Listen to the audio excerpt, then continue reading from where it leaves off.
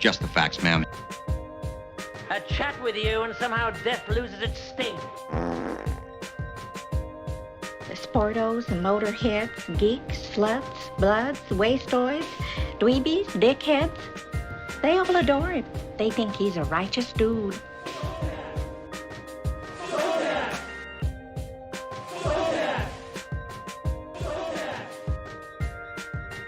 Just looking around here, I can tell you're a genuinely dirty person.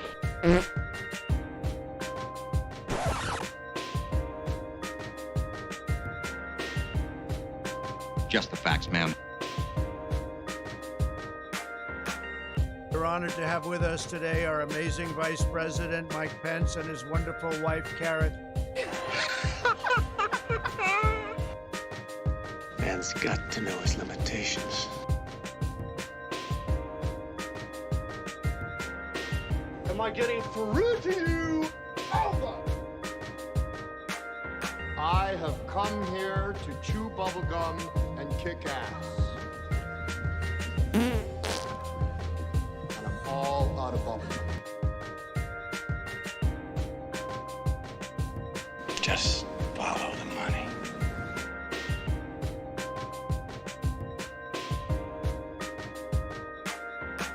I never realized how much my advice could hurt people until my advice hurt me. I gotta barbecue your ass in molasses!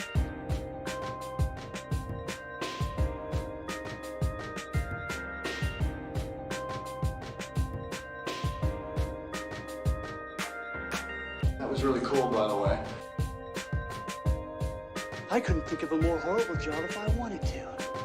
And you have to do it.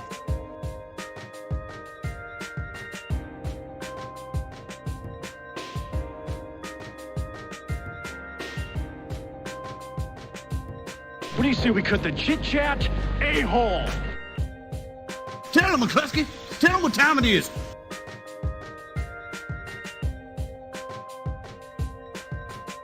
How, in the name of Zeus's butthole, did you get out of your cell?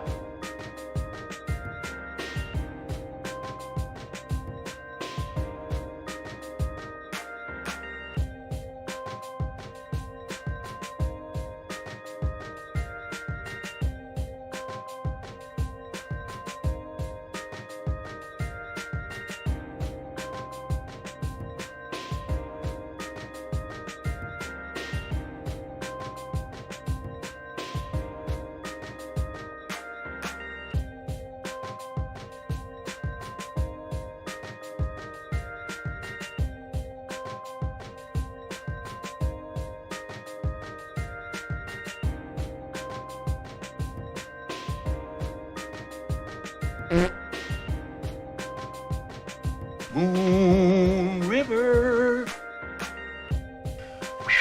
Thank you, Doc. You ever serve time?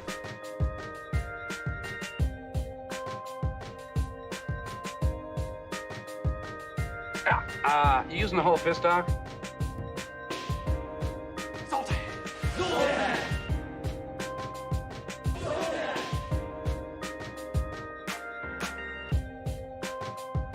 Did you hear that?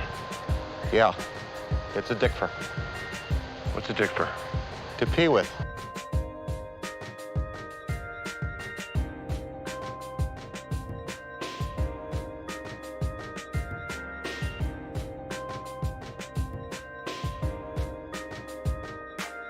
Shut up and never say anything again as long as you live. Once it was reluctantly aroused. It was hard to get it aroused, and it is hard to get it aroused, but we got it aroused.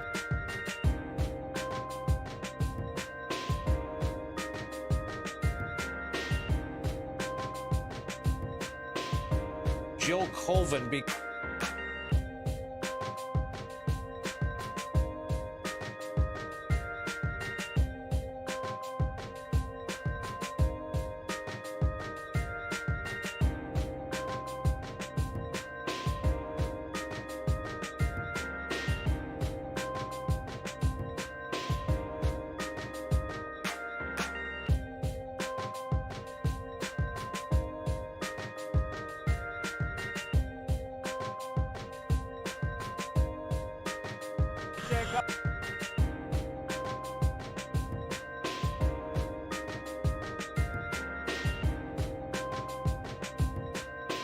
Moon River. All right. Stop right there, and I'll bring back the sun.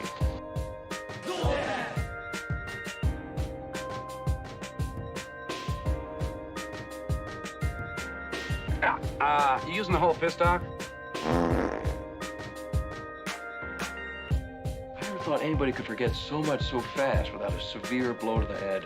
We're honored to have with us today our amazing Vice President, Mike Pence, and his wonderful wife, Carrot.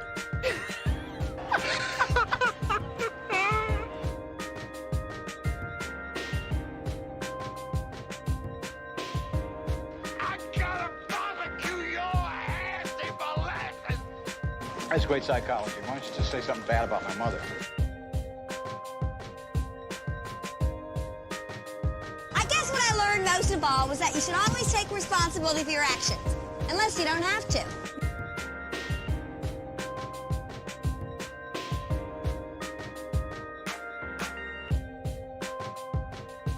Man's got to know his limitations.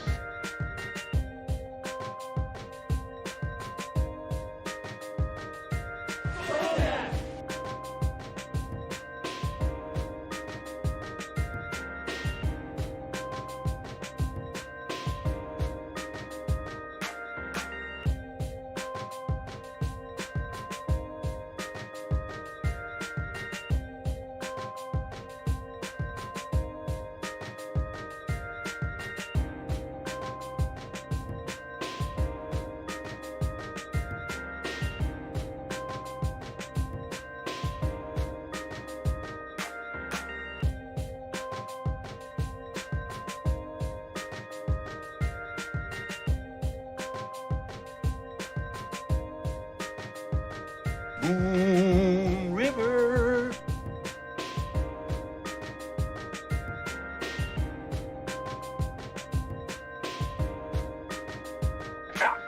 You using the whole fist, Doc?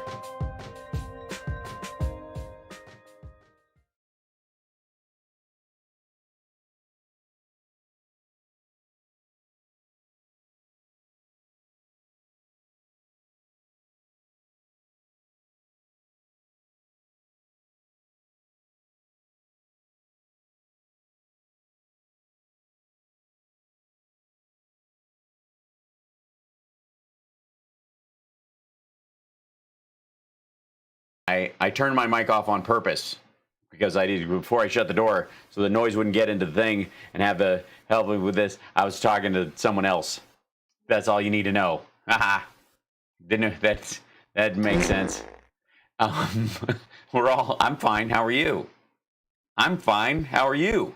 Okay, so context. All right. So the strategy out of the White House seems to be right now, psst, the boss is back, look busy. And so if you look at the fact base schedule for the president today, it is jam-packed. Full of nothing. So 10 a.m. in-house pool call time. 12 p.m. the president delivers remarks on vaccine development. Sure. 12:30 the president participates in the presentation of the United States Space Force flag and signs an Armed Force Day proclamation. Closed press in the Oval Office. So we're to assume that he did that. I guess. Sure, why not? It doesn't, it sounds like something you do on camera. Or a nap. It sounds like good cover for a nap. 2 o'clock, press secretary Kayleigh McEnany holds a press briefing, dressed kind of like a sports nun with her cross on, which is kind of telling since she was it 3 days ago she told us she'd never lie to us, and then she flat out lied with props. We'll get to that. 2:30 p.m. No, yeah, 2:30 p.m. the president receives his intelligence briefing. 4 o'clock p.m. the president delivers remarks at the presidential recognition ceremony. Hard work, heroism, and hope. The 3 H's and 2 F's. All right, and 5 o'clock, the president departs the White House en route to Camp David. Boy, he discovered that place. Finally, right? 5:35 p.m. The president arrives at Camp David. That's a quick trip. Half-hour helicopter ride. Yeah. Warp Factor 7, Project Farting Eagle. Yeah. So there we're going all the way up to Warp Drive today. It's gonna be a party. That said, let's go back in time. Can we go back in time to just were we ever so young? To yesterday, because I didn't cover this yesterday, and it's kind of crucial. I'll jump ahead to a couple of moments in it. We don't have to watch the whole thing, but mainly because it's aggravating when the president is talking over a helicopter. I don't know how these idiots do it, and it's basically to give unusable press to everybody. But in this particular instance, you'll recall the ever-changing. We're assuming this is real as far as coloring goes. So we've got highlighter hair and orange skin, very distinct line right down the neck. Yeah. And the tie seems to be a solid red. The grass looks green. So this is your reference for what the man looks like the rest of the time. By the way, have you noticed I worked on the show and the framing and the background and all special stuff? I'm just saying. Okay, so very little helicopter talk because I find it aggravating because there's a lot of background noise and it sounds ugly. That said, this is the part where he's asked about, he's asked about Mitch McConnell's lie, basically, which if you haven't seen that little clip, it's adorable. Mitch McConnell admits to being wrong, which he wasn't wrong. He lied. He knew the answer to this and he answered falsely so that he could appear to be more on the president's team than he was. Thank you, James Etling. I call her Kaylee McGinanley. Oh, that's good. I like that. McGinanley. It's accurate and it rhymes. This is true. I'm for it. So this is the little part where they talk about the Obama team leaving behind a plan for the next pandemic. Now, wow, that's incredibly loud. That was a loud alert box. I'm just saying that was something else. That was crazy. I'm bringing that down a touch, but I was ready to I was ready to party. The audio is am I pop crackling? Am I too hot? Too hot lady, too hot lady. All right. So thanks for noticing, Josephine. So here he is. This is that little exchange. Just for context. So here we go. So what our administration did under the leadership of President Trump is do an entire 2018 pandemic preparedness report. Beyond that, we did a whole exercise on pandemic preparedness in August of last year and had an entire after-action report put together. Excuse me, I have 2 binders. That's more binders than the Obama administration has because the report they left was stapled. I have that, and I'll show you later. But I have 2 binders, which is not as many as Mitt Romney had of women, but is close. And I'm just saying. So we have 2 binders. They have cover letters. Eat me. In other words, the Obama-Biden paper packet was superseded by a President Trump-style pandemic preparedness response. Excuse me. The paper packet they gave us, which is garbage. We have 2 folders. They went to Kinko's. We went to Office Depot. Game, set, match. Thank you, Joyce.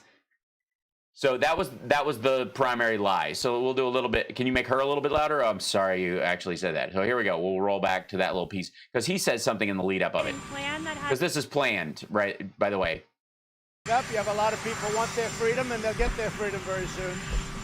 We've been doing very well in the numbers, and I'm going to have Kaylee say a couple of words. Kaylee, please. We're doing very well in the numbers. I guess the number of dead isn't one of those numbers, unless he counts it as anything under 2.2 million is a win. Hi there. I just wanted to outline our pandemic preparedness. Yeah. Oh, yeah. Give us the outline. What's the outline look like? He's dozing off already. Obama-Biden plan that has been referenced was insufficient, wasn't going to work. So what our administration...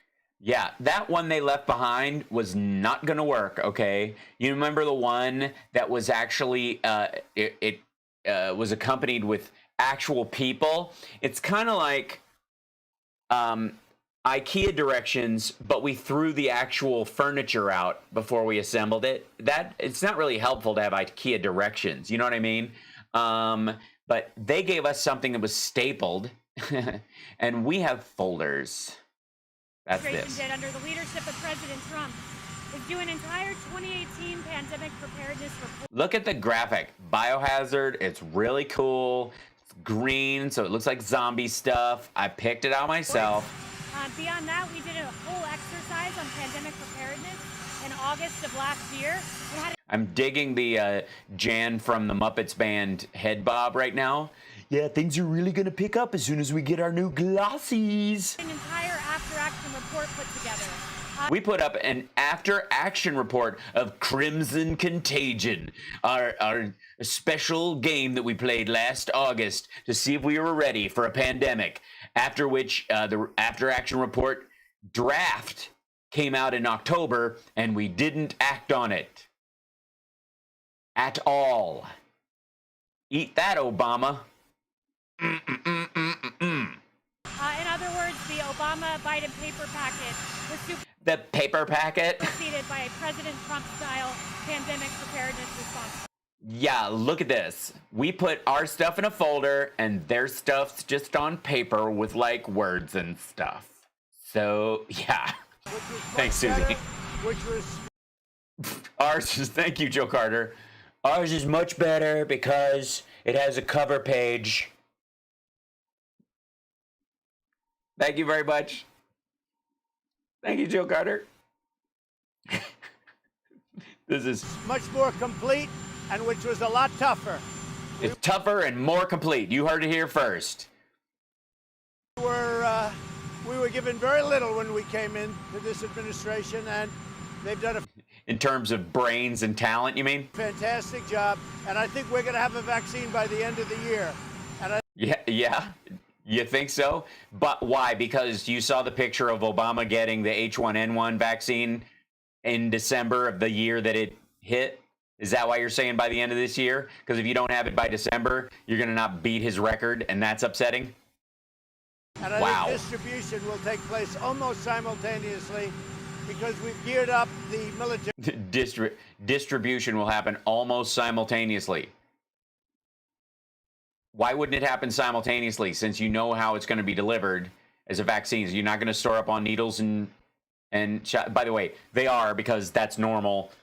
And the CDC does these kind of things, and states will be stockpiling syringes and all the kind of stuff that they're going to use to distribute the vaccine once they actually have it. Military, and you'll see that tomorrow. All right. Yeah, we're going to cover that. That's today. Anything else, Kelly?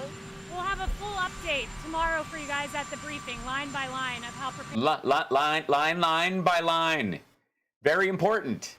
So we were just shown the Obama-Biden paper packet, okay? Paper packet. The paper packet was so weak. I don't know. Paper packets, but it was awful. Okay. And, yeah, the paper packet. And tomorrow, we're going to take our Trapper Keeper and open it up and show you at lunchtime, and our book report's going to kick your book report's ass, okay? I just feel like this is like a dance-off cheerleader movie. I really do. But the key point in this is line by line. Just take that line by line, okay? Obama-Biden paper packet, Trump presidential pandemic response with Project Farting Eagle and everything all in there that they worked on months ago. They gamed this Crimson Contagion last August. They had an after action report draft copy that came out in October and wasn't for use or wide circulation, and it says it written across the page. I'll show you that in a bit. And then, but it came out in October, right before, or right around actually, when the first weird, first cases of what turned out to be COVID-19 started showing up in China, when we had cut our CDC team amongst the WHO in that part of China down from 46 to 44 to 14. 14's an interesting number for these folks, isn't it? So, October's when the after action report came out. They never got past the draft version. All it said afterwards was everyone was very confused over and over and over again. Every step they took with their own version of running their own pandemic response thing, in the after action report, and I'm not kidding, every part of the notes on what we could possibly do better next time, which is the entire report, like half of it, because it shows you basically like, this is what we did, this is what happened. All of the this is what happened starts with, these phone calls were really confused and people didn't know where to go. And our distribution of these kind of things got really confusing. And people had a hard time understanding what we were talking about. Honest to God. And they were only talking to red states. It was the dumbest thing. It's idiotic. And then they published this after action report. Thanks, you Getter G. Get her gone. Getter G. I appreciate that. I'll show you the report in a little bit. It's sweet. And by the way, I know, well, okay, I'm not going to give too much away. Let's just jump straight to Trump delivering his remarks this morning. Good stuff. Ladies and gentlemen, please welcome the President of the United States, and half his staff in masks and half his staff not wearing masks. Thank you very much. Thank you very much. It's very hot today. Please sit down. Oh, no, you don't. Oh, okay, there we go. Thank you very much. Thank you very much. It's very hot today. Please sit down. Yeah, good choice to have this for the record. Thank you. Thanks, Lewis. For the record, can we just say they made a choice to have this in the Rose Garden? There was no particular reason not to have this inside. They could have checked the weather and moved everybody inside. They could have moved this to another room if they needed the space. But they chose to use the Rose Garden because he likes how it looks for campaign videos. There you go. So just so you... It's going to be a very hot one, and we apologize to everybody out there that's got to suffer. You mean the people you left waiting for like 20 minutes by being late to this? Through it, but you know what? It's better than bad weather. Is it? Is it really better than bad weather? What do you mean? What is this good weather? Is baking in the hot sun good weather? I don't... You mean rain or gray? What is he talking about? It's great to be in the Rose Garden. I want to... Look at this. So Azar and other dude, forget his name. I always forget his name. Are not wearing masks. The medical team are like wearing masks, and it looks like Fauci's doubled up. Especially thank this group for joining us as we announce a historic, groundbreaking initiative. An initiative. Initiative, as in initiate, as in just starting, as in announcing the thing that hasn't started yet. In our ongoing effort to rapidly develop and manufacture a coronavirus vaccine, we're you're not rapidly developing it. Pharmaceutical companies are. Joined by Secretary Stephen Mnuchin, Secretary Mark Esper, Secretary Alex Azar. Why? These people are cooking. Why do you have to remind them who they are? We're never going to see them. Chairman of the Joint Chiefs of Staff, General Mark Milley, FDA Director Dr. Stephen Hahn. O'Hara's treachery has disgraced us. Director of the National Institute of Health, Dr. Francis Collins. What does it... Dr. Fauci, Dr. Birx. We're joined by a very terrific group of professionals. Professionals. They're professionals. All of them are professionals.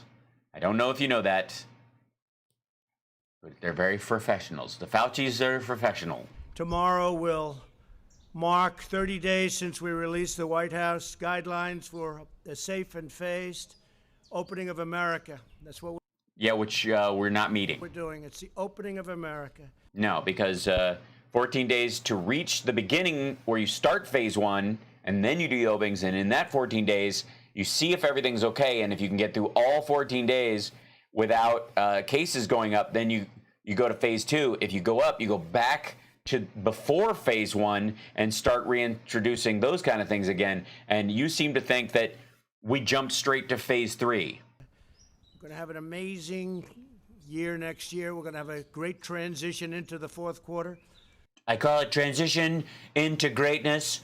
Obviously doesn't apply to the dead people or anyone whose lungs are completely destroyed by the disease, which is a hoax anyways. As of this morning, almost every state has taken steps to begin reopening, and the American people are doing an extraordinary job of continuing to take precautions while at the same time wanting to start, and they will be starting to resume. Wanting to start, and they will be starting to resume their American way of life. We will be This is the American way of life. See, what happens is, I don't know, people are confused. Are you guys, do people not understand that your life is happening all the time? That when things happen to you, they don't put your life on pause. That is your life. Okay? Okay? The American way of life includes when a pandemic or something comes along, we all stick together, stay home, slow the spread, try not to kill our fellow Americans, and then, sacrifice some of our financial goals temporarily till we can get back on our feet, because life is more important than money. And then in the cases where if people don't make a certain living or whatever, their life is in danger, that's where we specifically start opening the economy and protecting them, but tiptoeing, recognizing that we're on thin ice, and just because you're a professional hockey player and it's the way you make your living doesn't mean we should let you run out in the middle of thin ice, because this is the American way. Not the American way is on pause temporarily during a pandemic or a war or an earthquake. So you are who you are all the time, not just when shit is going good. Is that not a mistake? Reigniting our economic engines. We're going to be taking care of our most vulnerable, which are our senior citizens and some others. And some others. You mean children getting a mysterious illness and everyone who has no idea whether or not they have any of the preconditions that would, the comorbidities that will wipe them out, or some genetic abnormality that causes this to be way worse for them that we haven't tracked down yet? You mean those folks? You mean anybody? We're going to be working very, very hard on our senior citizens and our nursing homes. You mean like giving them CPR and shoving tubes down their throats? That kind of working hard? Or then just give it to them? And various communities to support those that are struggling in this very difficult time. Others don't have the same kind of struggle. You mean like you? And you mean like your daughter and your son-in-law and their friends, because they have access to any testing materials or all the swabs they can scoop? For example, today, Secretary Perdue, together with Ivanka Trump, launched... Who's she? I haven't heard her name. I'm sorry, what office does she hold? The Farmers and Families Food Box Program, which will provide $3 billion to help small farmers. And it'll be helping farmers, ranchers, but it'll be bringing food to some of the food lines and some of the food kitchens that you've been seeing. Yeah, some of the food lines and some of the food kitchens. The $3 billion, one of the largest government food programs ever created, because that's where the CARES Act money was supposed to go, and you're finally getting around to it, and now you're claiming as a conservative that this is what you'd planned to do all along. And seeing on television. And I said, why aren't we doing that? We have all of this tremendous food produced by our farmers and our ranchers. And they said, well, Mr. President, it's in the law. We have to. We just don't have anybody to do it because you filled your cabinet with sycophants and psychopaths who don't really give a crap. And it's not like Stephen Miller is going to worry about poor people. So we're plowing crops under instead of giving it out. And give Ivanka something to do. And so we're going to It's like cooking. be buying women's stuff. $3 billion worth of that food. Great for everybody, our farmers, our ranchers, and the people that need great food. Great food. A key feature of our reopening plan is the largest and most ambitious testing system in the world, by far. America is now conducting close to 350,000 tests per day, an unthinkable number just a short while ago. No, completely thinkable. As a matter of fact, you should have been thinking about it, technically speaking, when you ran that Crimson Contagion exercise last August and got your after-action report that said if we have to come up with any kind of treatments, we're screwed and we're behind on PPE. More than anybody in the world by far, suggesting many states now have excess testing capacity to monitor. No, they don't. For new outbreaks. Florida, many other states have so much testing, the testers are waiting for people to show up. It's great. Is it great that they're waiting for people to show up? Or is it because the states you're talking about are not informing their citizens how and where they can get tested and what the standards are? Because initially, nobody wants to go out during this time, drive all the way to a medical facility of any sort where there might be contagious people, hang out and find out they can't get a test because they don't have symptoms. So that's why people are waiting to get tests done. Another essential pillar of our strategy to keep America open is the development of effective treatments and vaccines as quickly as possible. Yeah, not safely. We'll get to that later. We can do that very quickly. We're looking to... Look at it, like Fauci's like bowing his head every time he says quickly. I don't know what the hell his problem is. When I say quickly, we're looking to get it by the end of the year if we can. Yeah, so? Yeah, we'd all like it tomorrow. Maybe before. We're doing tremendously well. Yeah, maybe before. And maybe I'm a Chinese jet pilot.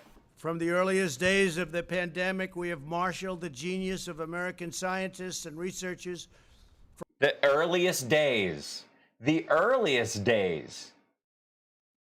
Earliest days. I don't have to put a pin in that one. Define earliest days. You're going with April 15th, aren't you? Oh, thanks very much. Templeton, wow. Friday is my day, you rock it. Oh, thank you, Templeton. It is your day. Look at this. So, the earliest days. The earliest. Thank you, Templeton.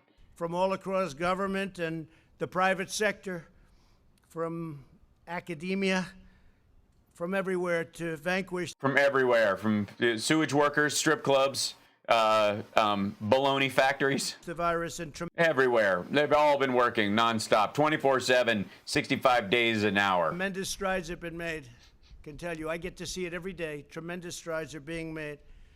Yeah, that's because you insist on only hearing good news, even if it's not true. Scientists at the NIH began developing the first vaccine candidate on January 11th. Think of that. Back when you were saying it was a Democratic hoax and that we only had one case and why would you bother working on it? And everybody was screaming you to fund it and you were saying no. And then you ordered almost at that exact time that your budget guy go down to the Congress and argue to cut the CDC budget by 15%. Why would that time out that way? Within hours of the virus's genetic code being posted online. So January 11th. Oh, wait. Thank you, Eileen. Thanks very much. Who posted the virus's genetic code online? Anybody remember? China. 11th, most people never even heard what was going on January 11th, and well, if they listened to the House Parks Radio program Mega Worldwide, they heard about it almost 2 months before that. When I was telling everybody to wash your hands thoroughly, wash common surfaces, cough into and sneeze into your elbow, and avoid contact with people if you're sick because there's something weird going around. Remember that? Couldn't have even imagined. And we were out there trying to develop a vaccine, not even knowing what we were up against. Yeah, you knew what you're up against. You just said they posted the genetic code online. And my administration cut through every piece of red tape to achieve the fastest ever by far launch of a vaccine trial for this new virus, this very vicious virus. The vicious virus, I call it the invisible vicious virus, the Vichyssoise virus. Yeah. First of all, do you think anyone else didn't speed up whatever was necessary to work towards a vaccine in every other case? AIDS. Do you think anybody was hamstrung by, tap the brakes? We're only losing, a couple thousand people a year, so why bother? And I want to thank all of the doctors and scientists and researchers involved because they've never moved like this. Except Dr. Fauci, who's always, what a buzzkill. So never even close. The NIH and the HHS have also been working constantly with private industry to evaluate more than 100 potential treatments. The Food and Drug Administration has swiftly approved more than 130 therapies for active trials. That's what we have right now, 130. Yeah, that's not surprising in a circumstance like this. What do you think? How many do you think Oxford alone is doing? And another 450 are in the planning stages, and tremendous potential awaits. I think we're going to have some very interesting things to report in the not too distant future. Yeah, right after your taxes show up, and we'll talk about the pandemic response plan you got. And thank you very much to Dr. Hahn. O'Hara's treachery has disgraced us. Through a historic series of funding bills, my administration is providing roughly $10 billion to support. That's a B. That's $3 billion more dollars than I pretend to have. Support a medical research effort without parallel. I especially want to thank Senator Steve Daines of Montana for his incredible work. He has worked so hard to secure additional funding for vaccine development. He has been right at the forefront. What, are you just plugging him so that because is his office in danger? Is you just helping a Republican run right now? Because are there anybody besides Rand Paul who's trying to hamstring this effort? Today I want to update you on the next stage of this momentous medical initiative. It's called Operation Warp Speed. Operation Warp Speed. I don't understand, Spock. Warp Speed. Operation Warp Speed. I can't do it, Captain. I don't have the power. That means big and it means fast. It means big and it means fast. I mean big and fast. No, Spock. I need it bigger. Faster, Spock. Faster. Massive scientific, industrial, and logistical. Logistical. It's logistic. It's not just logistical. It's majestically logistical. It's logistic. Logistical by Fabergé. Endeavor, unlike anything our country. Well, he mentioned a Star Trek. Has seen since the Manhattan Project. You really could say that nobody's seen anything like we're doing, whether it's ventilators or testing. Nobody's seen anything like we're doing now within our country since the Second World War. Yeah, you mean since Pearl Harbor or something? Like, are you comparing yourselves to what the Nazis did to Poland? Nobody has seen anybody do this much damage in such a short period of time since I'm going to have to go with the Luftwaffe. Tucker Carlson's a big fan. Incredible. It's incredible. Its objective is to... Yeah, no, you've got Dr. Fauci standing over your left shoulder who's in charge of a 30-year push to try and find treatments and a vaccine for AIDS. But yeah, 30 years, and nobody's ever done anything like you've done. Is to finish developing and then to manufacture and distribute a proven coronavirus vaccine as fast as possible. Again, we'd love to see if we could do it prior to the end of the year. And look at Fauci giving him a shot right then, just as he said it. Dude, Your timetable has nothing to do with how it works or if it does at all. Want all you want. We think we're going to have some very good results coming out very quickly. You have no idea. In addition, it will continue accelerating the development of diagnostics and breakthrough therapies. The great national project will bring together the best of American industry and innovation. Like me. Thank you. How are you? The full resources of the United States government and the excellence and precision. Can someone, I don't know, water or is it snorting something that makes you salivate like that? The United States military. We have the military totally involved. We're Totally. also working very strongly. They're totally involved? Or what are they? What are they, bombing places? Chance favors the prepared mind. We were not mindfully prepared. We were failed. By the way, V. Gabriel, thank you for that. And my grandmother used to say that all the time. That was one of her favorite phrases. But of course, she lived through World War II, and my uncle was in it. Or my grandfather, rather. Yeah, Fauci is doubling up. I think that's just a two-tone mask. It's kind of like bifocals. It's like, yeah, this is for the normal part, and then the bottom part is just ick. He's got an interchangeable. He's got a regular mask inside his cloth mask because he's standing close to Trump. But look at the stank eye he's giving Trump right now. Look at that. Look at that. We're going to get this done ASAP. The countries who are also have some great scientists, doctors, and we're all working very closely together. And they're. Are you? Can you give them some space? Are you elbowing them out of the way? Have you tried hydroxying the remdesivir? Viewing us as the leader, and we are the relationship with other countries on solving this problem has been incredible. Yeah, they're besides all the snickering and hanging up. To date, Operation Warp Speed has brought together all of the experts across the federal government. I swear, yeah, he's at Operation Warp Speed, and I almost spit my drink all over my computer. Operation Warp Speed. Oh, what a dweeb. From places like the NIH, CDC, FDA. Operation Warp Speed will be coordinated through Space Force. And many other agencies. This historic partnership will now bring together the full resource. I'm sorry, Paxgate. I don't have Cheeto Face installed yet. I've cleaned out my system so that things don't crash on me. So apologies. Of the Department of Health and Human Services with the Department. But I will be prepared next time. Of Defense. Thank you, Philly Dana. And we know what that means. That means the full power and strength of the military, and that. What are the tanks on the roads? Soldiers forcing people to get vaccinated.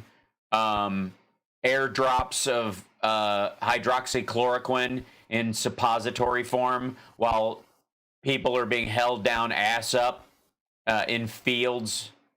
What do you mean full military? Thank you. And that really talking about the logistics. We get it when we get it. Excuse me, it's pronounced logistics.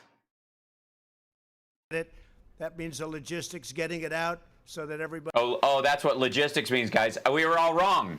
Logistics means getting it all out. I thought that was distribution. I thought logistics was coordinating, getting stuff out and making sure it's going where it's needed and coordinating with the people who have demands to see if we're sending the right thing. But I was wrong. It just means throwing it, just chuck it out of a window as you drive by at high speed, at warp speed. Anybody can take it. And today, anybody can take it. We're proud to announce the addition of two of the most highly respected, skilled professionals in our country, worldwide respected. Operation Warp Speed's chief scientist will be Dr. Mosef Slowy, a world-renowned immunologist who helped create 14 new vaccines. That's a lot of our new vaccines. In 10 years during his time. 14 in 10 years. That's more than one a year, so we're covered. He should be able to get this by December. In the private sector, one of the most respected men in the world in the production and really on the formulation of vaccines.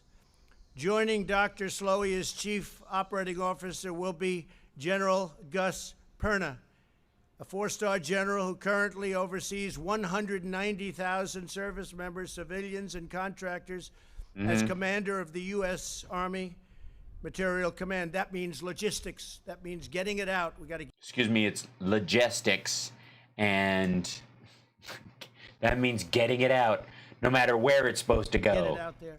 So, General. Just get it out there, whether it works or not. And look at the stink eye from Fauci. It's gorgeous. Thank you very much. I swear to God, he's giving Greta Thunberg a run for her money. Doctor, thank you very much. It's great to have you on board. Really highly respected people. Thank you. These two Thank you for standing nowhere near me. outstanding individuals will provide more details following my remarks. In preparation for this initiative, experts throughout the government have been Seriously, dude, swallow. collaborating to evaluate roughly 100 vaccine candidates Yes, he did say Dr. Slowey. from all over the world. They have identified 14 that they believe are the most promising, and they're working to narrow 14. That's the third time he said the word. He said the number 14 in this. What does 14 have to do with white supremacist groups? What is that? that list still further. So we started off with over 100. We're down to 14. I'd rather have 100, but if you can get 14, And we have some really interesting choices to be made. Yeah, we're so excited. I'm gonna choose the cherry flavored one, or if they have it if they have one that can be taken in Diet Coke form or snorted like Sudafed. Doing very well. Through Operation Warp Speed, Yeah, Dr. Slowey is heading up Project Warp Speed. It's a branding the federal nightmare. government is providing unprecedented support You want to go Fausti or do you want to go Slowey? and resources to safely expedite the trials, moving on at record speed. You mean like 33 or? While we accelerate the final phases of vaccine trials, Operation Warp Speed will be Warp Speed. simultaneously accelerating its manufacturing process. In other words, we're getting ready so that when we get the good word that we have the vaccine, we have the formula, we have what we need, we're ready to go, as opposed to taking years to gear up. We're gearing up. Thank you, Domestic. And for the record, what he's saying here is that we're going to have syringes and vials and all the materials to produce it ready when we actually find one that works. Which is normal. Like, honestly, what asshole wouldn't think of, okay, we're developing a vaccine, but once it gets here, we got to figure out how we're going to deliver it. Do you take it orally or do you, and this is the interesting thing is, what they're preparing for is for it to be injected.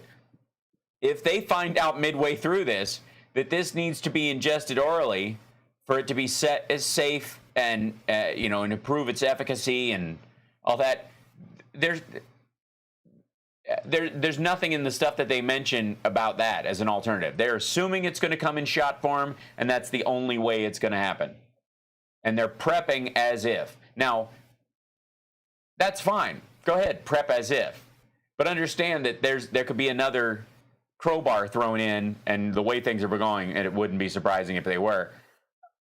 But everybody would, in the midst of a pandemic, or even when you saw one coming down the pike, make sure that you had enough syringes available and in production to have enough to give everybody who needs the vaccine one by the end of the year. It's risky. Like, why is this special? It's expensive, but we'll be saving. It's risky and expensive. So, what, a million people dying isn't going to be expensive in your way? What are we categorizing?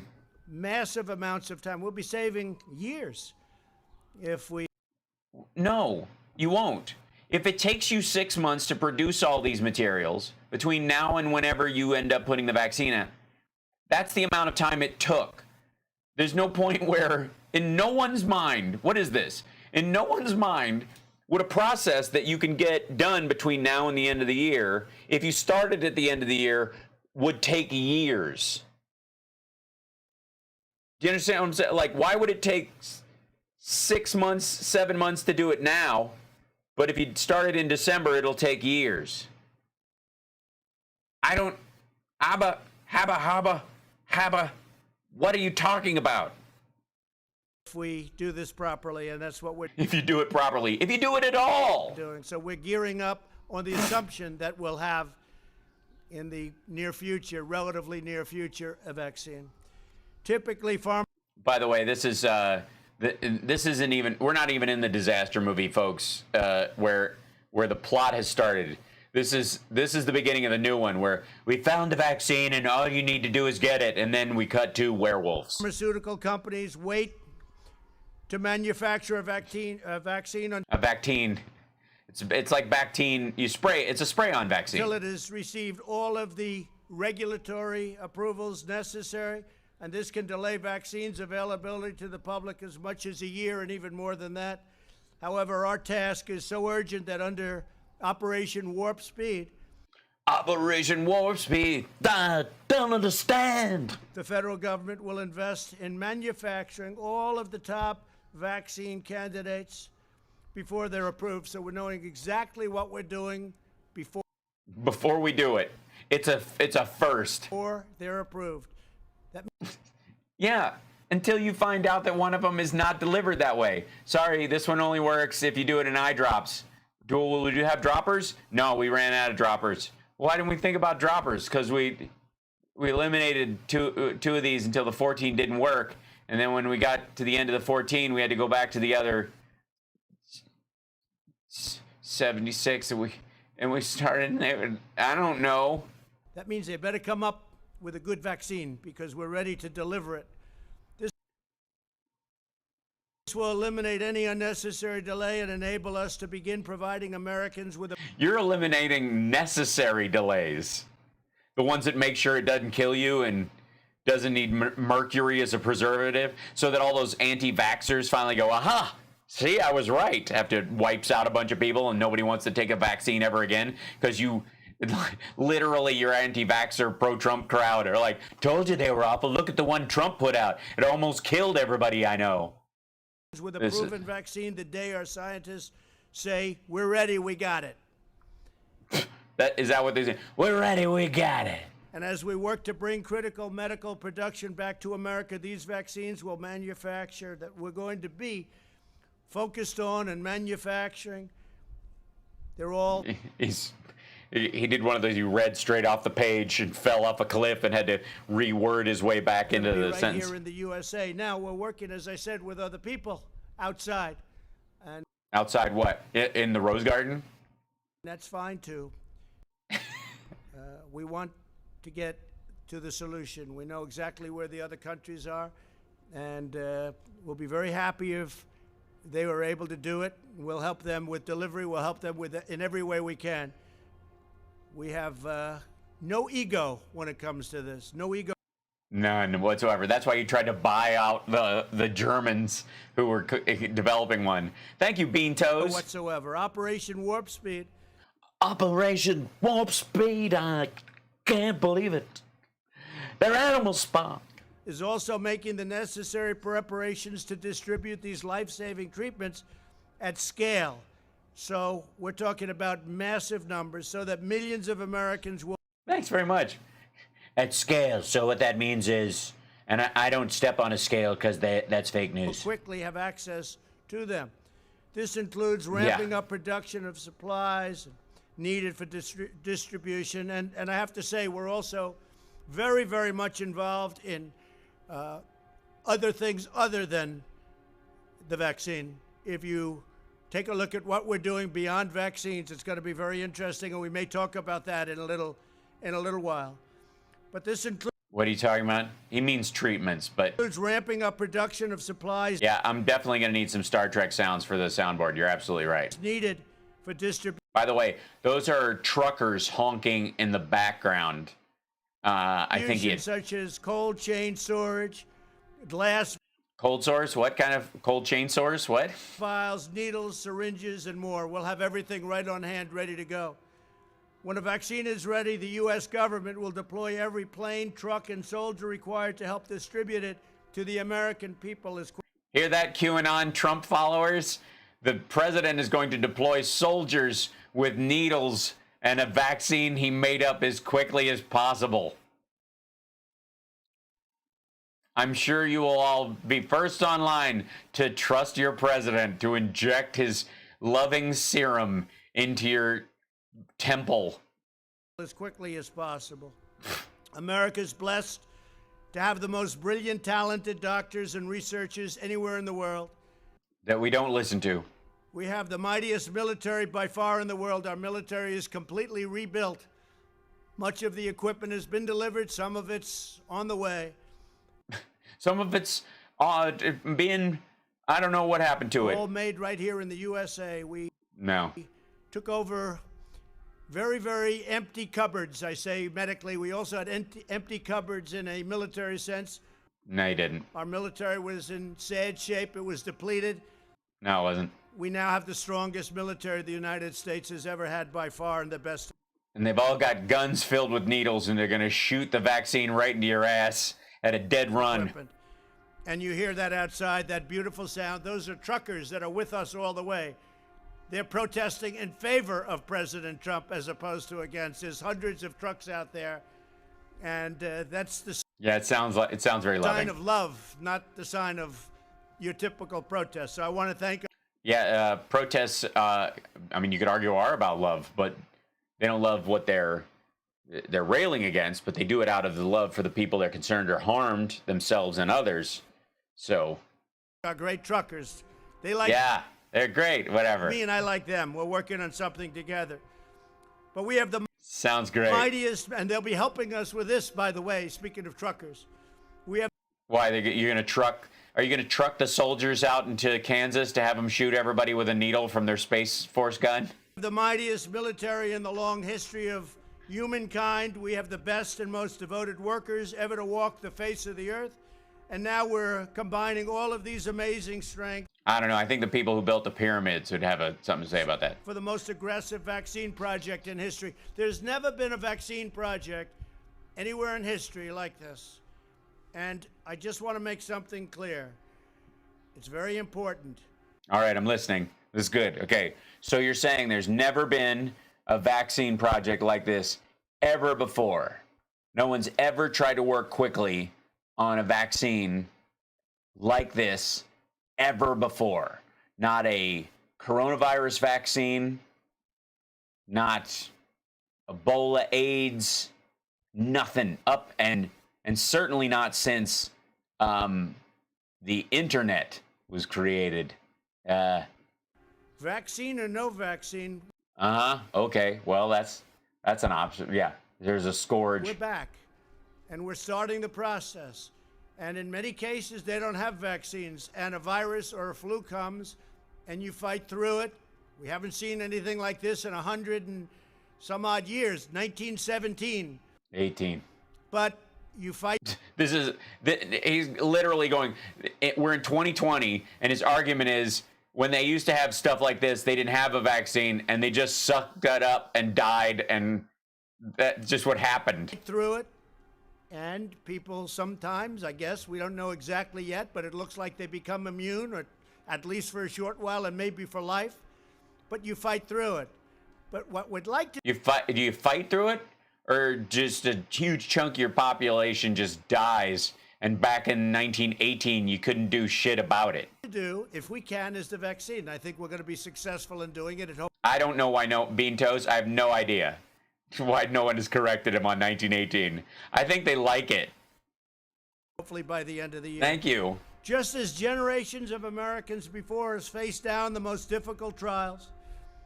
Face down, like how we're going to get the vaccine. Thank you, Benny Loco. Set their sights on the highest summit and overcame the biggest obstacle. These truckers love me so much, I have to speak loudly over. America will meet the moment, and this moment specifically in our time, with unrivaled speed, unmatched skill, and the unyielding spirit of the American people. Use un more in the speech, Stephen. Our nation will come back stronger and greater than ever. We're going to have a tremendous year next We're going to transition to greatness, and then we're going to get greater than great. year. We're going to have a really good fourth quarter. We're going to have a very interesting and productive transition quarter where Steve is there, and I'm sure our Secretary of the Treasury, I think you feel the same way, Steve. So, and thank you for your good work, really good work. And it's not finished yet, is it? I want to thank Steve Mnuchin and everybody. Now I'd like to ask Dr. Slowey and General Perna to come up and say a few words. God. Followed by Secretary Azar and Secretary... Transition makes Pence nervous. Mr. President, don't say transition around mother. She brings up that time she caught me in her closet. Esper, thank you all very much. Never been that happy, except downwind from your musk. We're doing something that has never been done before. Well, these are next level screw ups, so sure. It's going to result in a tremendous end. I think we're going to... Oh, God. Well put. It's going to result in a tremendous end. All right, I feel better. I feel so much better. Don't wing it, dude. To come up with a solution to a problem like this country probably has never seen before, but it's an honor to be your president. We've seen vaccines before. Polio, like treatments for tuberculosis. What are you talking about? President. No one's ever had a disease ever. Doing a great job. These people, yeah, like the end of Rogue One. People are doing an incredible job. The people right here, I want to thank you all. Total professionals, great men, great women. Thank you all very much. Please. Go ahead, talk to it. Go. I just spit all over it. Go lick it. Thank you, Mr. President. Good afternoon, everyone. It's a horns are a nice touch. Great honor. It's like it sounds like the soundtrack to like 2001 or The Shining. It's a privilege for me to have the opportunity to serve our country and the world in this. I mean, listen to these horns. Remarkable endeavor, extraordinary endeavor, helping them and supporting them do it. It's like a horror film. The Operation Warp Speed's objectives are very clear. The President has described them, and I believe they are very credible. I also believe they are extremely challenging. Credible and challenging, meaning I don't think they're possible, but I will say they're possible because if I don't say they're possible, I won't be on the team. And if I'm not on the team, then nothing will get done because this maniac will put one of his buddies who trains horses. However, I am really confident that our team across the many governmental agencies that are involved. See that? He said it could happen. Not like Fauci's bullshit about, managing expectations. What kind of crap? Thank you, Benny Loco. Yeah, the horns. The horns have come for me. In these efforts, the NIH, the CDC, the FDA, ASPR, and of course with the support of the Army and our partners in the private sector, will be able and will do the utmost to deliver these objectives. In fact, Mr. President, I have very recently seen early data from a clinical trial with a coronavirus vaccine. And these data made me feel even more confident that we will be able to deliver a few 100 million doses of vaccine by the end of 2020. And we will do the best. See that? Look at that. Look at that. Best we can. The best we can to do that. Why are you applauding? Thank you. We will. A little tepid applause from Fauci, like. Of course, also focus. Of course, this vaccine could very possibly kill more people than the disease is. It could have a 5% death rate, but hey. On progressing and accelerating development of medicine. Wow, look at that, huh? Did you hear that? Did you hear the horns? For those who unfortunately already caught the virus, as well as optimize the diagnostic tests. This will be our focus 24/7 over the next many months. Thank you. Thank you.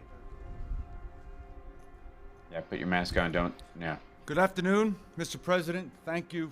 Thank you for this great honor for allowing me to be a part of this team. I'm very excited about this team. It will. By the way, remember when Biden said, what is it, a month ago now? that you need to get somebody in charge of logistics. Remember that whole conversation? Remember that? Remember them saying, you know, Trump coming out, we've been on top of that from there. Well, that's baloney.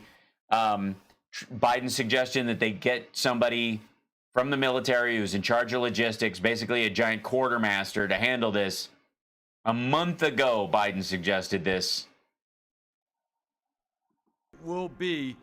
That's what this guy's going to be doing. That's what they are announcing the launch of today. Historic as we execute the mission that's been given to us. I also feel very confident that the team will be able to provide the results as directed.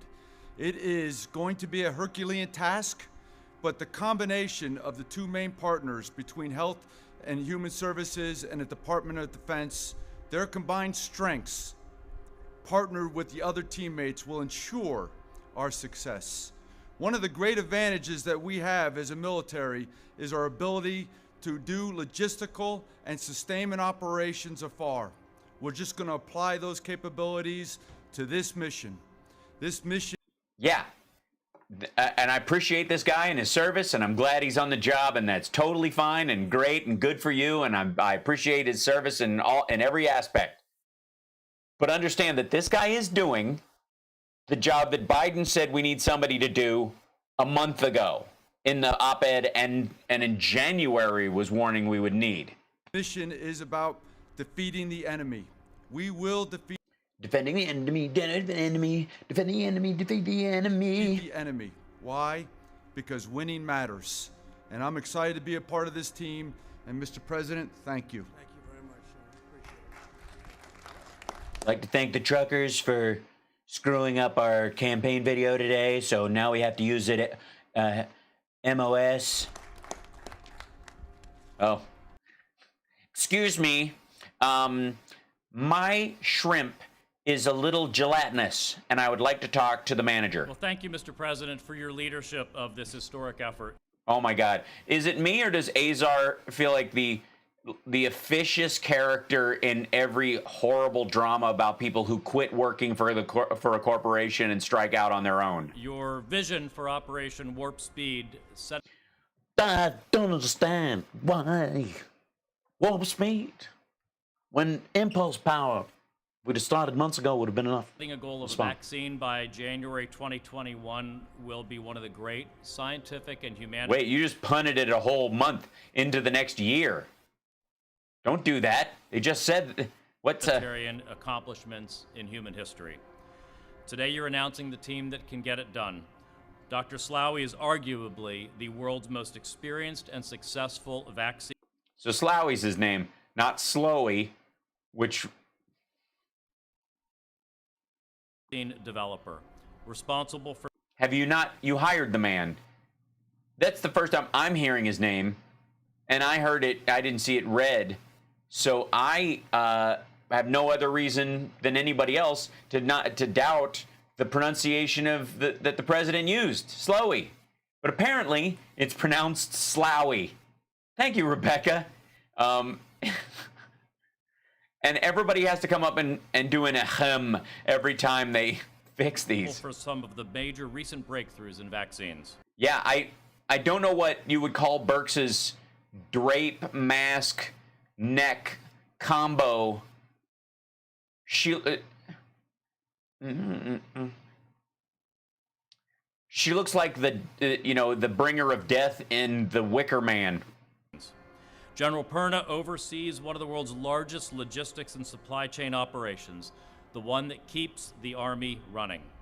Yeah, the one that Biden suggested you put in charge of this stuff over a month ago, and suggest we get someone in that position in January. 3 highly accomplished career HHS scientists will oversee each area of Operation Warp Speed.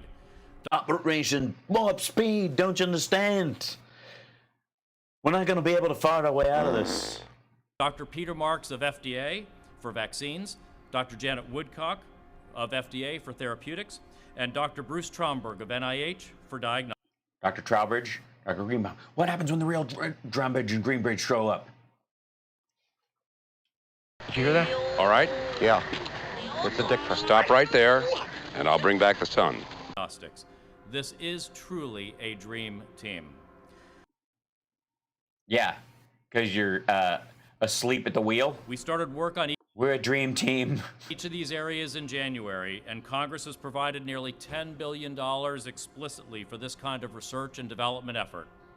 Operation Warp Speed will Can't believe it. integrate existing efforts that are coordinating vaccine, therapeutic, and I gotta say, as a full-blown Comic-Con fan and uber nerd, as a Star Wars and Star Trek fan, I don't think I've ever been this embarrassed to see adults say warp speed. and countermeasure development, including NIH's active and RADX initiatives. This week, RADX, bro. It's warp speed, don't you understand? RADX, I'm your new crew member. Wow, now. Spock, who is this man? NHS and DoD already announced new contracts to RADX. Jesus, pick a generation. manufacture hundreds of millions of needles and syringes here in America. Sir Needles and syringes. Good to meet you, madam. Madam Blotter. For distributing an eventual vaccine. Finally, the President's efforts will ensure not only that we get vaccines, therapeutics, and diagnostics faster, but that we get large donations of the eventual products so they're affordable for the American people. So thank you, Mr. President, and thank you to all of the American scientists and inventors at HHS, at DoD. For helping us create the nanoparticles that will track you everywhere and follow your every move once you get the injection, and we can decide based on your sperm count and your genetic system whether you're one of the superior humans that we want to keep when we depopulate the planet. Thank you, Mr. President, for pushing forward the New World Order in a way that even your supporters have been suckered into believing isn't the right system. And won't they be surprised when they find out that the only people that survive are actually the ones who do get the shot. The first round people who get the shot will be able to stay alive, and the second round people who get the shot will be the ones killed. And it'll be very tricky. DoD and elsewhere who are hard at work already, and I really want to express my personal appreciation to Secretary Esper and the Department of Defense, because this partnership is what's going to make this truly an historic endeavor. Thank you. Ludicrous speed. I'm going to need some Spaceballs sound effects by the end of this. Well, thank you, Mr. President, for your leadership of this bold and historic initiative. The Department of Defense is very excited and committed to working closely with our partners at HHS, across the government, and in the private sector to accomplish the mission we have been given. Winning matters, and we will deliver. Winning matters is apparently a term that they want and need to use. All right. By the end of this year, a vaccine at scale to treat the American people and our partners abroad. You know, the Department of Defense has been in this fight since day one, going back to January. We've stayed ahead of the curve every step of the way, and today, on America's streets across the nation, over 60,000 service members from all branches of the service are still out there, whether it's doctors and nurses in hospitals, whether it's National Guard on the streets of America, or the Corps of Engineers continuing to build out capacity in America's hospitals. We are there and we will be there, Mr. President, and we look to stand up the UN shock troops and force people to get an injection against their will. Like, this just sounds like a conspiracy theorist's worst nightmare. forward to this next.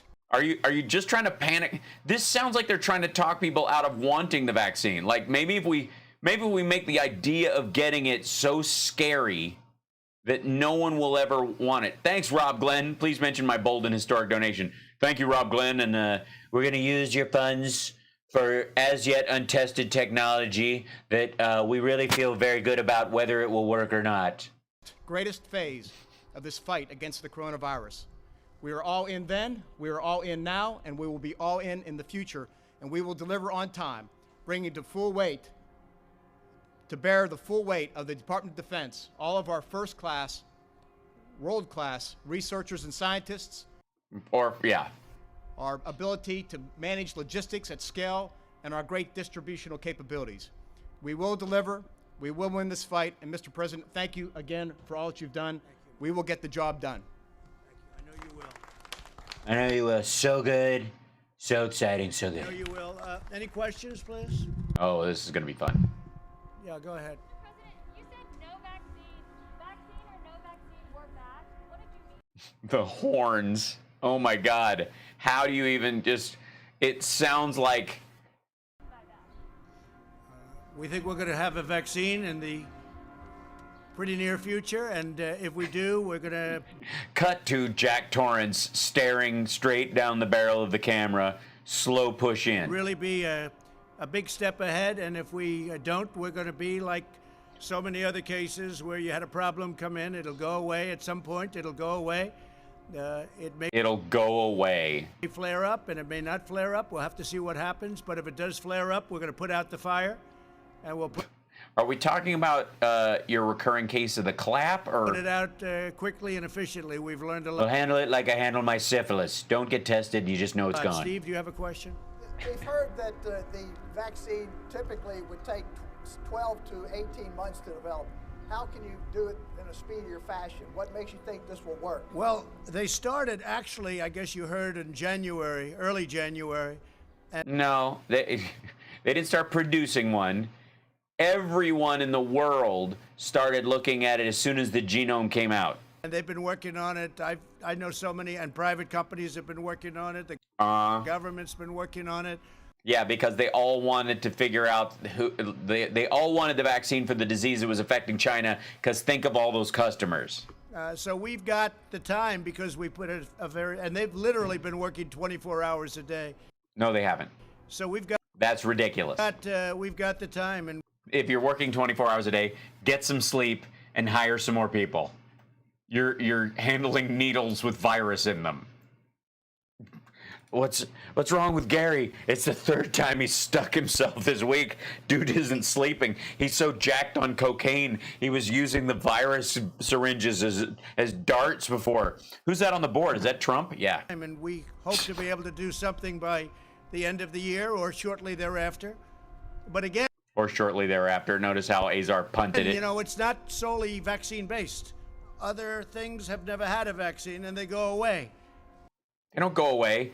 They kill so many people they can't be passed on. So I don't want people to think that this is all dependent on vaccine, but a vaccine would be a tremendous thing. And I will tell you, therapeutically or therapeutics... Therapeutically or therapeutics. What's going on there is equally as impressive. We have some things happening. You know, we have the remdesivir. Oh, remdesivir. Hi. Remdesivir. You may have heard it as remdesivir, but we've changed it a little bit. We've improved on it since then. Remdesivir. It's thinner, sleeker, sexier, pointier. Remdesivir. Not to be confused with remdesivir, which is very difficult to administer. Moon River. From Gilead, we have other things that are very good. Oh yeah? What are the other things that are very good? I think that... Light bulbs up your ass and bleach in your lungs? A lot is happening therapeutically. I can't say that it's, relatively speaking, equal to what's going on with vaccines, but I think it's doing very well. Very well. You don't even know. That's not even a sentence. Well, so therapeutic. I can't tell you that we've got 14 possible vaccines and like 150 therapeutics, but I can't say that therapeutics are nearly as potentially good as the vaccines are. Also more gibberish. Therapeutics are a big factor. Yeah, please. Is there a global competition to develop this vaccine? Like, if France develops it first, will they share it with us? Yeah, and we have that very the horns well worked out. Whoever gets it is going to be very proud to give it and develop it. They've developed it, and we'll see what happens. We've got countries that are allies we have some countries, frankly, that aren't allies where we're working very closely together. So we're working together with many different countries. And again, we have no ego. We have no ego. Whoever gets it, we think it's great. We're going to work with them. They're going to work with us. Likewise, if we get it, we're going to be working with them. We're still talking about vaccine, right? I feel no shame, only pride, because my syphilis is a badge of honor.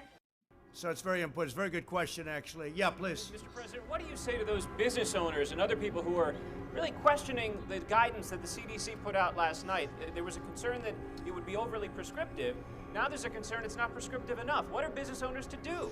Well, I thought... What are business owners to do? Does this guy do voiceovers for, like, TV mop commercials?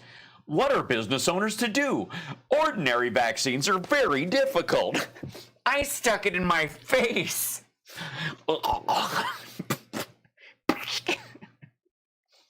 What are business owners to do? I thought the guidance was very good. I've heard very good reviews on the guidance. Good reviews on the guide. It was a nice beat. You could dance to it. What the shit are you talking about? And, you know, yeah, what if the vaccine does come from China? Excellent question, Rob Glenn. You know, the media will never be satisfied. If we gave you more description, that would be no good. If we gave you less, that would be no good. No. How is that? And prescription is what he's saying. He's saying are they giving too much distinct, too fine a guideline? Are they forcing, you know, and not being flexible enough? Is it too specific in its prescription to fix things? Not description, which is just, what's that? Oh, it's a cotton candy bird's nest that I wear on my head. That kind of thing. I thought it was very good, and I've heard a lot of good things. Go ahead, please, Green. Oh, well, and that settles it. Do you have a problem or any concerns? Do you have any concerns about the Abbott tests, given some of the new numbers that have come out? No, Abbott's a great... No, I'm not worried about it. You know, just 6 or 10 people in there. Or yeah, the background music is a horror movie. It's true. It's a great test. It's a very quick test. It's great. It's quick. It's quick. It's quick. So what if it's wrong 50% of the time? And it can always be very rapidly double-checked. If you're testing positive or negative, it can always be double-checked. But it's... Yeah, which is exactly what is happening right now. Thanks to that report that came out on Abbott, the testing in the White House went from 15 minutes to a half an hour because everybody's getting tested twice. It's a very good test, very portable, very quick. Very portable. That's what's important. You want it portable. You know. Okay. And what happens if China is the country that develops the vaccine? What happens if it's China? Will the U.S. still have access to that vaccine? I would say the answer to that would be yes. I would say the answer would be yes. Yes, go ahead, please. Yeah, you think Trump fans are going to take a vaccine that comes from China? Do you think they're going to take... Do you think Trump fans... Vaccine for everyone? Excuse me, you're going to have to remove it. You can't hear through your... Do you mean a I can't hear through the horror film that you're standing in right now. fully approved vaccine for the entire general public or a partially approved vaccine for emergency use? What is she saying? What? Sorry,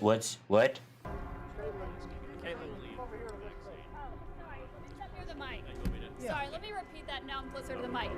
I don't know what she's saying. This is such bullshit. Do you mean a fully approved vaccine for everyone, the full public, or a partially approved vaccine with emergency use? No, we're looking... And are you using a reflective surface on the thing to tan your neck right now and give yourself this? Are you trying to do spooky Halloween face in the rose garden? A full vaccine for everyone that wants to get it. Not everybody's going to want to get it. Yeah, especially if it comes from China and they voted for you last time. But we're looking at a full vaccine. Is that a correct statement? Yeah, We're looking at a full vaccine. Yeah, sure. Yeah, that's a correct statement. So the answer is yes. We're working for a fully... The answer is yes. And if any of you take more than one setup when you go to your table, I'm reporting this to the supervisor. Approved vaccine, but we'll also use the tools we have for... You people are overusing napkins, and it is not an efficient... I'm marking it down. I'm marking it down right now. Emergency use authorization as appropriate. We use all of our regulatory tools to bring vaccine available. So Fauci's like, yeah, it's kind of hot out here. For the entire American population. How long are we going to be out here? Because once we all start sweating, people are going to wonder if we've got the disease. Population by January. Okay, and then Mr. President, could you just clarify, why are some of you wearing a mask and why are some of you not wearing a mask? We've all been tested. I've been tested. We've all been tested. And with the Abbott test, you mean? We're quite a distance away and we're outdoors, so I told them, I gave them... You're all gonna walk back. You all came out through the same doorway from the same room, and you're going back into it. Them the option. They could wear it or not. So you can blame it on me, but I gave them the option. We could wear it or not. Yeah, please. Available to the rest? Would a U.S. vaccine be available to the rest of the world at an affordable rate, at a low cost? The last thing anybody's looking for is profit in terms of what we're doing. Every company. Well, I wouldn't say the last thing anybody is looking for. I'm sure there are people out there who are looking to profit off of it. They want to get it out. We've had that. We've had a great experience on Remdesivir. We've had a great. Or Remdesivir. Remdesivir. It's just gonna. We're just flipping a coin on the pronunciation now. On everything we've done, people are looking to come up with the answer. They're not looking in. Typically they're saying, "Oh, how much am I going to make? How much?" They really have been. There's been a. How much am I going to make? How much am I? Is that what they say? Is that how the business meetings go? Great spirit on this. They want to get to the bottom of it, and I think we'll be able to do that. Well, we're scraping the bottom now. President, the Indian American community is appreciating your help in. I was going to point at somebody, but he kept asking a question, so I think I'll just flick an eye booger out into the crowd. Fighting the vaccine, coronavirus. What is your message to those 4 million Indian Americans here? So India has been so great, and as you know, your prime minister has been a very good friend of mine. I just got back a short while ago from India recently, and we're working very much with India too. And we have a tremendous Indian population in the United States, and many of the people that you're talking about are working on the vaccine too. Okay. Great scientists and researchers, yeah. We're working very closely also with India, correct. And say hello to your prime minister. Say hello to him. Say hello. Do you know the guy who runs the, oh, God. Yeah, please, go ahead. You guys know each other, right? You guys all know each other? Mr. President, what steps, if any, is your administration taking to ensure that the communities and the states that are hardest hit will have first access to the vaccine? Have these discussions been had, or are there any plans? Yeah, I think we've done a good job with that. Certain areas have been hit very. Wait, you think you've done a good job? How weird is that? Hard, New York, New Jersey, et cetera. Oh my God, the horns. Working very closely with the bells. Governors. We've worked with all of the governors. We've made a lot of people look very good. Oh yeah, that you did. What we've done on ventilators, with what we've done on testing. So good. We're working with all of the governors. He's sweating up a storm. Go inside. It's hot. A big transit. Why didn't you? I'm gonna trust you to come up with a vaccine plan. You couldn't plan to stay indoors when it's 90 degrees outside. Package to New Jersey. I just spoke to the governor of New Jersey, who's a terrific person, by the way, I have to tell you. And I just told him a lot of money's coming your way for the transit. And also I spoke with the governor of New York, Governor Cuomo. We just had a conversation yesterday. We're sending them a lot of transportation money, so it's important. But we've had a very good relationship working with. Yeah, thanks for inventing something that was already in existence. All of the states, regardless, all of the states. And if we do get fortunate enough, and I think we're skilled enough, but fortunate enough to have a vaccine, it'll get out fairly and quickly. Do you foresee that states that are hardest hit will have first dibs? So will, like, New York and New Jersey have... I think that makes sense, perhaps. Perhaps it does. We'll see. I don't know. Maybe leave that question to the logistics folks. But, I would say probably, but I think they're all going to get well distributed. If you remember where we started, we had no ventilators. We had to make them, and we became a very major manufacturer of ventilators. Now we're... No. We went from having 10,000 ventilators in the stockpile and sending out a bunch and getting them sent back because they were broken and having states start trading amongst themselves and buying them from overseas. We went from 10,000 ventilators in the stockpile to having over 10,640. Now we're helping we're the king of ventilators now. All over the world with ventilators. We're sending them to many countries all over the world. When we started, we didn't have ventilators. We increased our stockpile of ventilators by 6.4%. Inherited nothing. I inherited practically nothing from the previous administration. Practically nothing. Oh, that's generous. Unfortunately. Yeah, go ahead. 3.5 years in, and you did Project Crimson Contagion, and you didn't recognized during that you might need to replenish some of the stuff in the after action report in October that told you that you were some of the supplies you had were rotting on the shelves? You didn't report those? Mr. President, it's been 3 months since you signed the China trade deal. Between what's happened with coronavirus and the lagging agricultural purchases, are you at any point considering reimposing additional tariffs on China or tearing up the deal in any other way? Well, I don't want to talk about it. I can say China is buying a lot of our product, but the trade deal, the ink was barely dry when this came in from China, so it's not like we're thrilled. Okay, go ahead, please. The ink was barely dry when this came in from China. Can I Adorable. ask one more. Yeah. I'm wondering if you're standing by the nomination of Michael Pack to lead Voice of America after news that the D.C. Attorney General is... Well, I don't know what happened. I know that Voice of America is run in a terrible manner. Terrible. They're not the Voice of America. They're the opposite of the Voice of America. What's that? What is the opposite? The Voice of Russia? You mean like Fox? And we have a man who is very good. I don't know. He's in the nominating process, but I'll have to check that out. Yeah, please. Thank you, Mr. President. If public confidence is the main thing of getting people back to work and back to schools and so on, is this even possible without a vaccine? How would it be possible without a vaccine? Public confidence. Well, I'll just bullshit them. Well, I think a very big fact. I think the whole thing is just bullshit them. And then after a while, we'll shame them and bullshit them into doing it. Thank you, Krista. Frankly, is that very few people are, you know, we read about all of the very sad, very tragic. I've lost friends. Many of us have lost friends. We read about Oh, yeah, you can tell you're just moved beyond belief. that, and we see that, and that's what the news covers. But a very, very small, that's a very small percentage. It's a very, very small percentage. I say it all the time. It's a tiny percentage. The vast majority, many people don't even know they have it. They have it, or they have sniffles, or they have a very minor. Yeah, they can pass it, and they can pass it to people who are vulnerable. And those vulnerable people, while they, on average, are older, 43% of them aren't. Sign, and they recover. Not only recover, they probably have immunity, whether it's short-term, long-term, but they have probably immunity. And I think people have to understand that. That's why I think the schools should be back in the fall.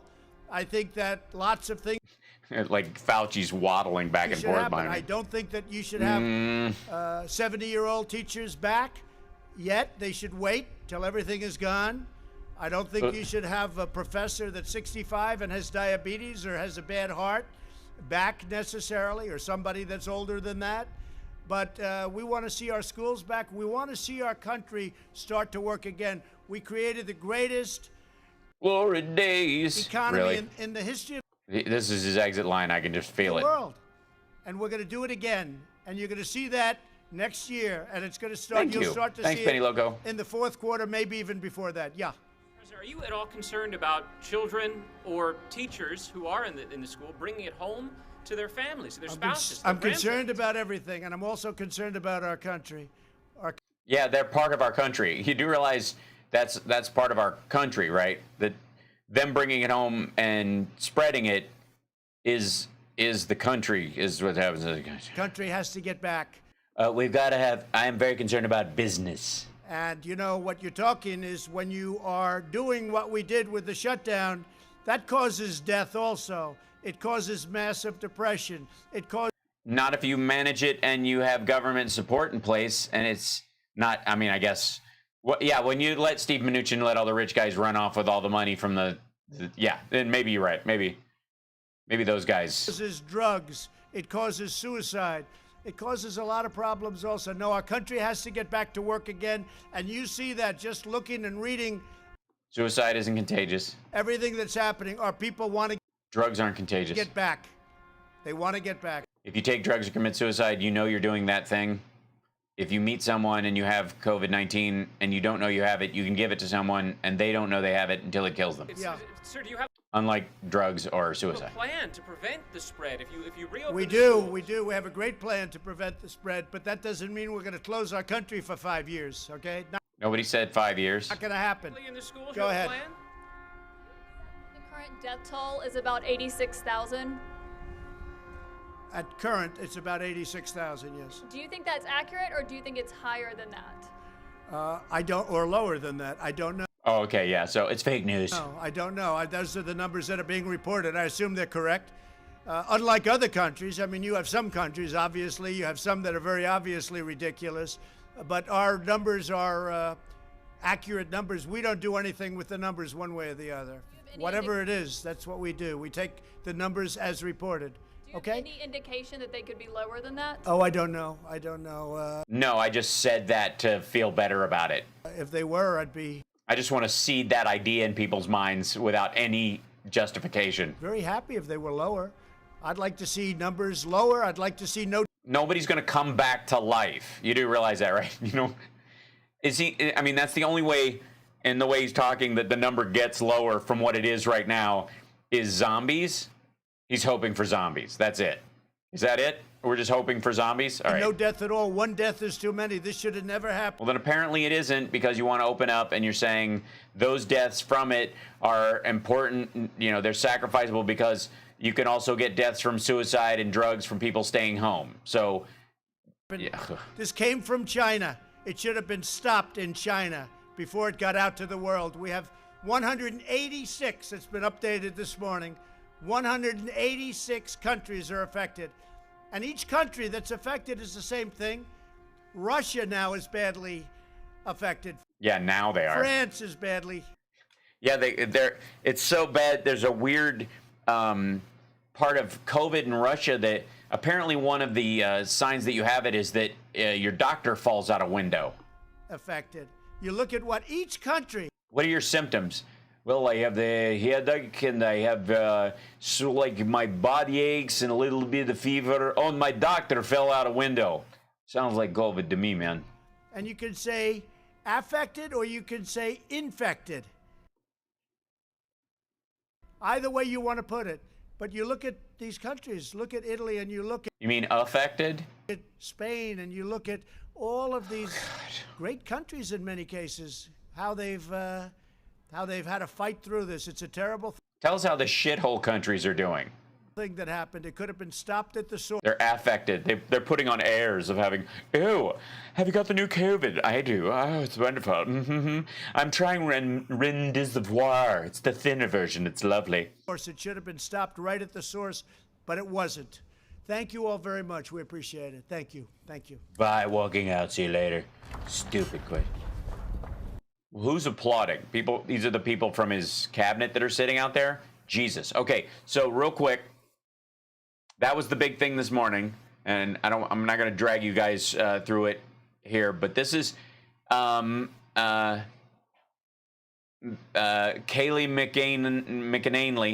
McAnanley. That's fun to say. I'll practice that for you.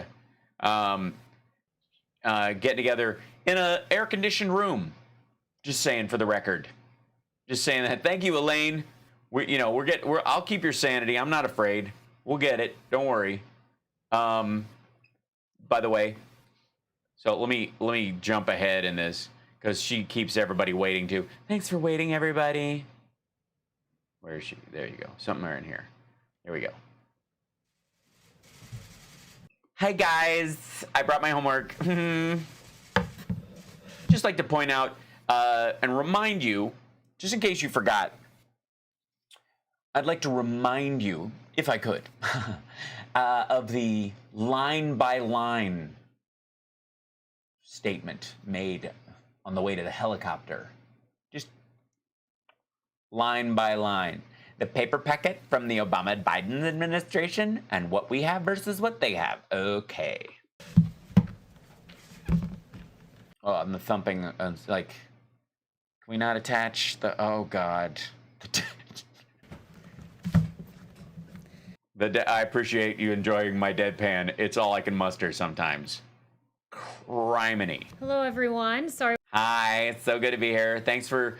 I'm just going to take my mask, which I was wearing behind the scenes because I had to meet with the president, and put it right here on this podium, which no one has touched. We're a little late today. As you know, the president had 2 events this morning, so...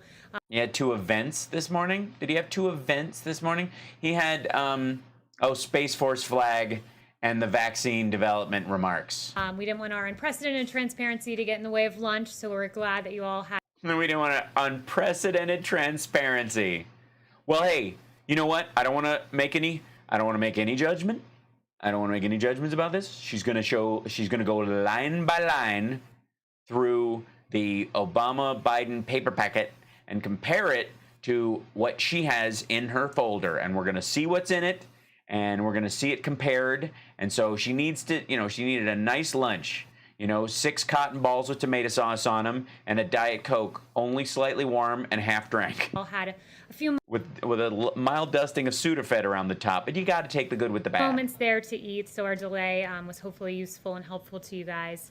I have an announcement on the Trump administration's unwavering support for our farmers. Today, Secretary of Agriculture Sonny Perdue signed one of the biggest welfare packages in the history of the world, and if Obama had done it, they would have talked about it for a decade. Senior Advisor Ivanka Trump announced the launch of the Farmers Senior Advisor Ivanka Trump to Families Food Box Program. This is a $3 billion. So good. Norman Fox, thank you for your Kirk and Kaylee impersonations. Thank you. Appreciate it. Don't you understand? Kaylee, tell us what's in the packet. I understand, but what's in the packet? Program to support farmers and provide food to our most vulnerable communities. Senior Advisor. Yeah, welfare. I'm for it in this circumstance. Democrats push for this all the time, and if a Democratic president does this, you guys go, this president put more people on food lines than any president in history. Ivanka Trump and Secretary. By the way, all the stuff they slam, but think of all the times they've slammed Obama for the number of people on SNAP and food stamps and all the people who went bankrupt during the first year of the Obama presidency because of what happened in 2008, which wasn't on his watch. He rolled in digging us out of a hole that the previous administration had put us in. Meanwhile, this shit happened 3.5 years into the Trump administration. And this is his bailout. This is part of that. And they'll go, this is Obama's fault. Secretary Perdue are doing very good work. Now I would like to focus on the Trump administration's unprecedented coronavirus response. Some have erroneously suggested that the Guys, I have never been erroneous. Trump administration threw out the pandemic response playbook left by the Obama-Biden administration. Uh-huh.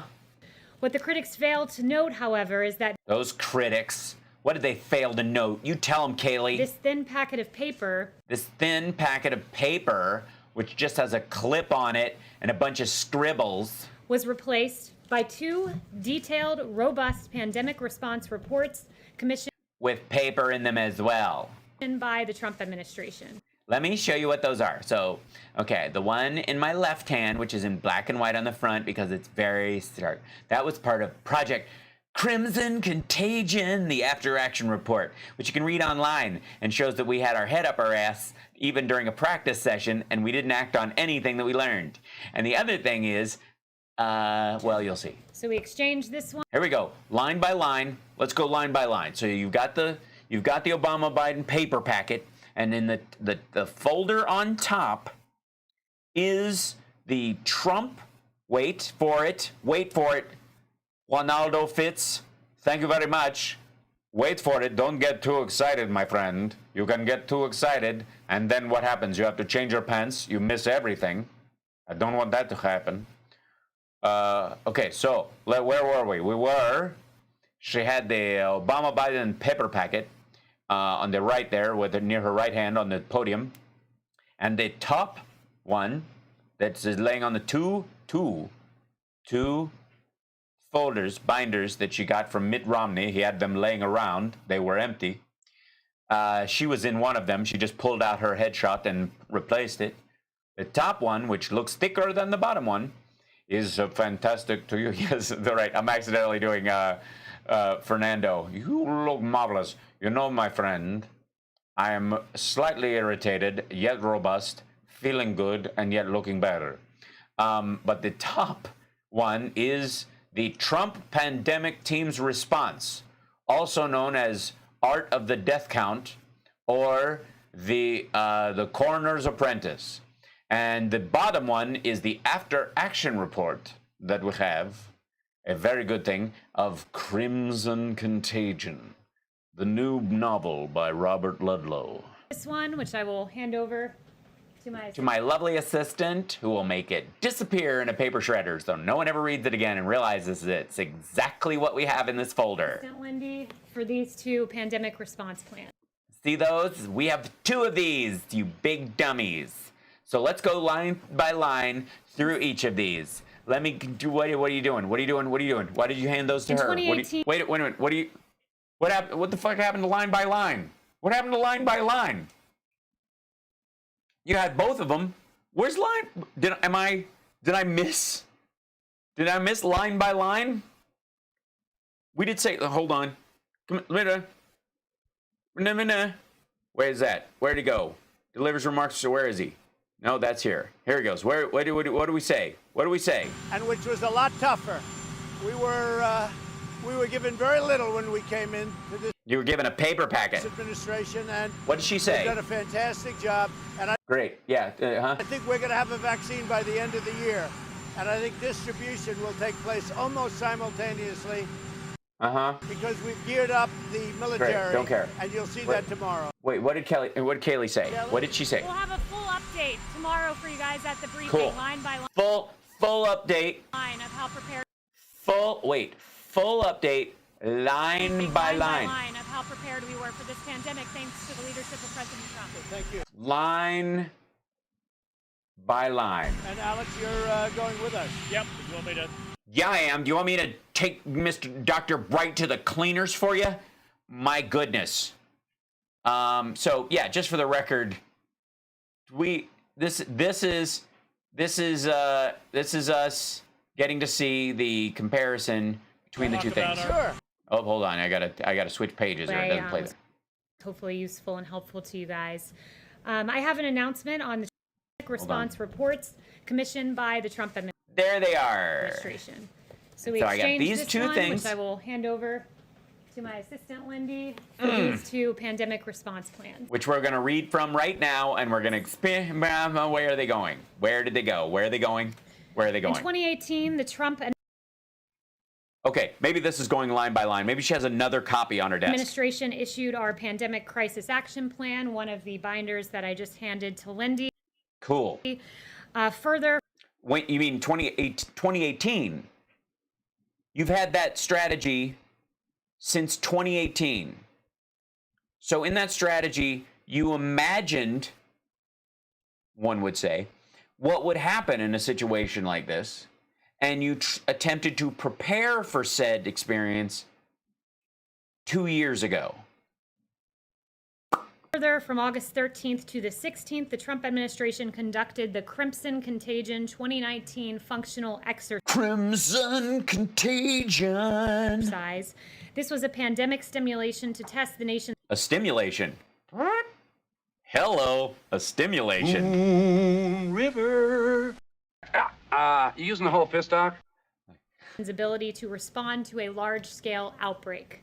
Great. Awesome. So you're saying not only did you 2 years ago imagine something like this happening, but last August you imagined something like this happening, and you took that information and you did what with it? In January of 2020, HHS issued the Crimson Contagion 2019 Functional Exercise After Action Report. That was the draft version was available in October and didn't change at all. one of the additional documents that I just handed over. Wonderful. So let me see. Let me get this straight. If I can, I'm going to try and process this. 2 years ago in 2018, when you fired the pandemic response team, you created a pandemic response folder that you just showed us the outside of, but not the inside of. I'm going to go out on a limb and say it's because inside it is the paper packet that the Obama administration handed you, minus a couple of changes that you made because it favors certain pharmaceutical donors, that kind of shit.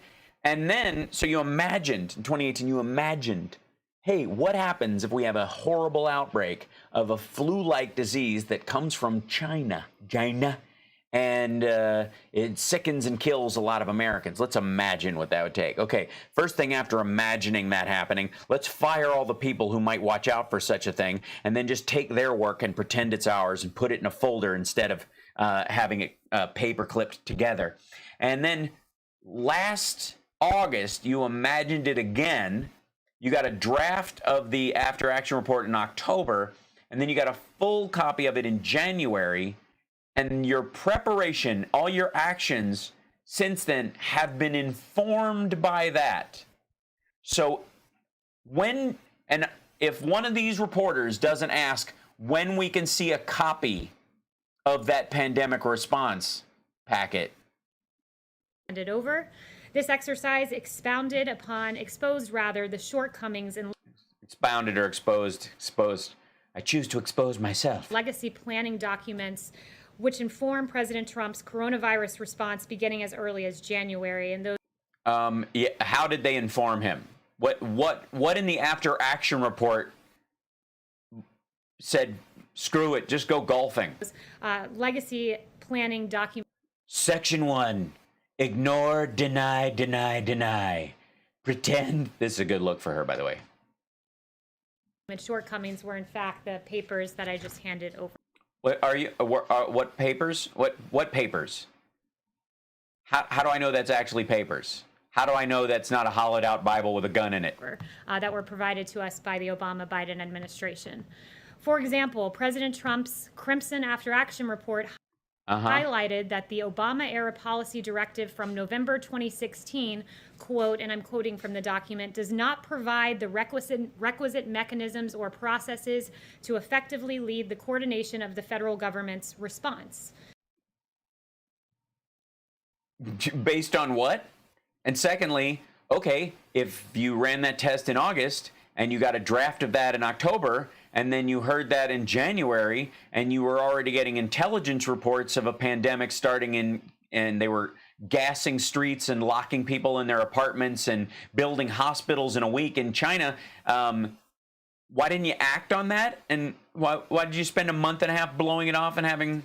Instead, President Trump established the White House Coronavirus Task Force and put Vice President Pence in charge of the No. See, he started a task force on it and in January, around the time that all the other countries were reacting to it, and he put Alex Azar in charge of it. He didn't put Pence in charge of it until what, the beginning of March, mid-March? Interagency response.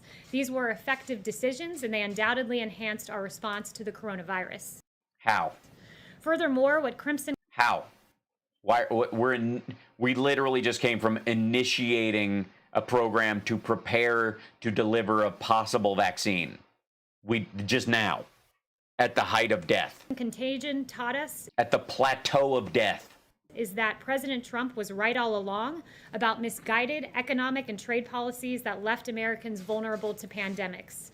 Oh yeah? So we shouldn't suck up to China? In June 2016, we shouldn't have forgiven China and said their transparency was great and that she's a buddy. You're saying she's not a buddy. President Xi, not, never mind. Many, many years ago, then businessman. Yeah, 3.5 years ago at the minimum, because that's how long he's been president. When does he become president? When does his job actually start? And Donald Trump said this, quote, quote, America became the world's dominant economy by becoming the world's dominant producer. I have visited cities and towns across this country where a third or even half of manufacturing jobs have been wiped out in the last 20 years. Yeah, and that's the responsibility of which party? Today, we import nearly 800 billion more in goods than we export. Yeah, we have more buying power than the rest of the world. This is not some natural disaster. It is politician-made disaster. That was then candidate Trump, who is now who built his buildings with Chinese steel and uses foreign workers and gets special visas for his Mar-a-Lago staff. I mean, that guy? Implemented those policies as President Trump. And this forward-thinking vision contrasted with that of President Obama, who said, quote, Trump just says, well, I'm going to negotiate a better deal. Well, how exactly are you going to negotiate that? What magic wand do you have? That magic wand was... was the Treasury, apparently, because what he did was he negotiated a deal with China to buy $50 billion in agricultural goods, which they haven't bought yet, and we ended up buying them for $68 billion of taxpayer funds. Ripping up the Trans-Pacific Partnership. It was ripping up NAFTA. It was replacing it with the U.S.-Mexico. Did you replace the TPP with anything? Do you even know what the TPP is? Do you know it was meant to box in China and protect all the other producers around there that we get stuff from? Canada agreement. Our allies? A great deal for our automakers and our farmers. And it was ending China's predatory trade policies and negotiating a historic Phase 1 China deal. That is what it's the Phase 1 China deal. This president has done. Yesterday, President Trump went to Allentown, Pennsylvania, and visited Owens & Minor. No pearl necklaces jokes. Inc. This was a clear example of domestic manufacturing at work. You saw this administration taking action to restructure and secure our stockpile of medical supplies. President Trump released a plan to restructure the Strategic National Stockpile yesterday, and he signed. Yesterday. 3.5 years into his presidency, after he's been saying for 4 months now, who could have imagined such a thing? And you're telling us that you imagined it in 2018, found the supply chain and the response plan wanting, replaced it with your own, which we can't see, and then 2 years after that, the next year in 2019, I don't know when in 2018 you were supposedly doing this nonsense. 2019, you did a dry run of Crimson Contagion, apparently a blood-borne zombie virus, and at the end of that, you found that your plan sucked, and you didn't have enough stuff available and PPE and whatnot, and you got a draft report of that in October, and you got the full report of it in January, and you did what? What'd you do? And now, you're doing a PPE thing, stockpile thing now? Now. That's what you're doing. That's what you're doing? Am I missing something? Signed an executive order providing the authority to ensure America is producing critical goods necessary to build up our strategic stockpiles. The president's... Yeah. What page is that on? What page is wait till the middle to start building up the stockpile in your special report that you did? Trip was an example of what he's been saying all along, that America must manufacture, that America must produce here in our interior. Beg your pardon? Additionally, the president launched Project Airbridge to bring supplies from all over the world Farting Eagle to support America's frontline healthcare workers. The administration partnered with the private sector to secure donations and production of PPE and other medical supplies, and President Trump effectively leveraged the Defense Production Act, otherwise 1.4 million N95 respirators plus. California secured a deal to get 200 million on their own. Thank you, Anitra. Known as the DPA, to mobilize our country to manufacture and secure massive amounts of PPE and ventilators. Yeah, and you didn't use the DPA. You used funds in the DPA. You didn't force anybody to create anything. Through Project Airbridge to date, more than... Has anybody ever told me what? 1.4 million N95 respirators have been delivered, as well as 921 million gloves, 17.1 million surgical gowns, and more. The Trump playbook and the whole of America response to the... Through Project Airbridge. Yeah, that's literally, what, 15% of the amount that California is coming up with on their own? This pandemic has far exceeded... Not even. 8%. With this if I'm combining both the surgical gowns and the masks. Administration inherited. And finally, President Trump took action before the pandemic to anticipate and game plan such scenarios. President Trump streamlined the National Security Council. We sent 12.7 tons of PPE to China. You think they sold them back to us? In 2018 by creating a Counter-Proliferation and Biodefense Directorate. This directorate combined NSC experts focused on biological threats under a single and more senior leader. And how much does a gown weigh and how much does a mask weigh? And then how many of them would add up to whatever, 12.7 tons. Did away with a confusing organizational chart that Or was it 17 tons? Beg your pardon. required some experts to report to two bosses simultaneously. In short, the NSC retained the same number of experts focused on biological threats that the Obama administration had, but honed them in and focused them more and housed them in a more coherent Thank you. 17.8 tons. I'm underselling it. structure and with a more senior leader. I'd also note that this directorate, which exists today, is the same office that critics allege to this day that President Oh, hey, Bon Vivant, and thank you for wanting to subscribe on Twitch. It's, yeah, you do it on your computer and just hit subscribe. And if you have Prime on Amazon, you get a free subscription every month. So you can throw that our way and it doesn't cost you anything, and you can support the channel that way. It's one of the easiest ways to do it. If you guys want to go over to twitch.tv/HalSparks and support the show, it's really easy if you just have an Amazon Prime account. It doesn't cost you anything. You just can get a free sub. President Trump You sub to me and it helps the show. eliminated. I hope in your reporting you are now able to debunk this claim. What claim? Okay. By the way, I can't with this gibberish anymore. Now we're going to go to the second gathering today that we had, which is the presidential recognition ceremony. I'm not going to do the whole thing because, again, it's like some Girl Scouts and some people like that. He's basically using them as human shields for PR purposes. And I don't doubt that they deserve recognition. Not a question. So I'm not going to make fun of them at all or get into that at all. Whether I agree with them politically or not, whether they're Trump supporters, doesn't matter. If they're doing some good, fine. But this is just for the Trump part of it. But by the way, they knew earlier when this stuff was happening that, hold on. Thank you very much. Why are you not playing? Hold on. Those are friendly truckers. They're on our side. It's almost a celebration in a way. Please sit down, please. Isn't it? Isn't it? Don't be afraid. Oh, don't be afraid. Don't. Oh, you know. Oh, I don't It's understand. a big moment. Oops, hold on. That's what this is. You got. The First Lady and I are thrilled to welcome you this afternoon for our second event, recognizing extraordinary Americans who have responded to the invisible enemy. We know what the invisible enemy is. We've learned a lot. Yeah, it's Kevin Bacon. Oh no, that was the Invisible Man, the first one. With exceptional bravery and commitment and love, and we appreciate it very much. Great job. Fantastic job. Great job with the love and stuff. Again, his hair is just changing color all the time. Do they spray it with new stuff? Because it's straight up white right now. And the flags in the background, that looks like a normal red. I don't care if he dyes his hair or any of that stuff. I just don't know what the consistency is. Do they do this because he makes his skin more orange as the days goes on, so they try to balance it for him? Midst of this pandemic, our nation is. By the way, recognizing people, giving them this little thing, which is fine. Move it indoors if the truckers are talking, because you won't be able to hear these people say their remarks. They don't get to have a video of their remarks because these truckers are honking the whole time. Move them into the East Room and give them something. It's nice.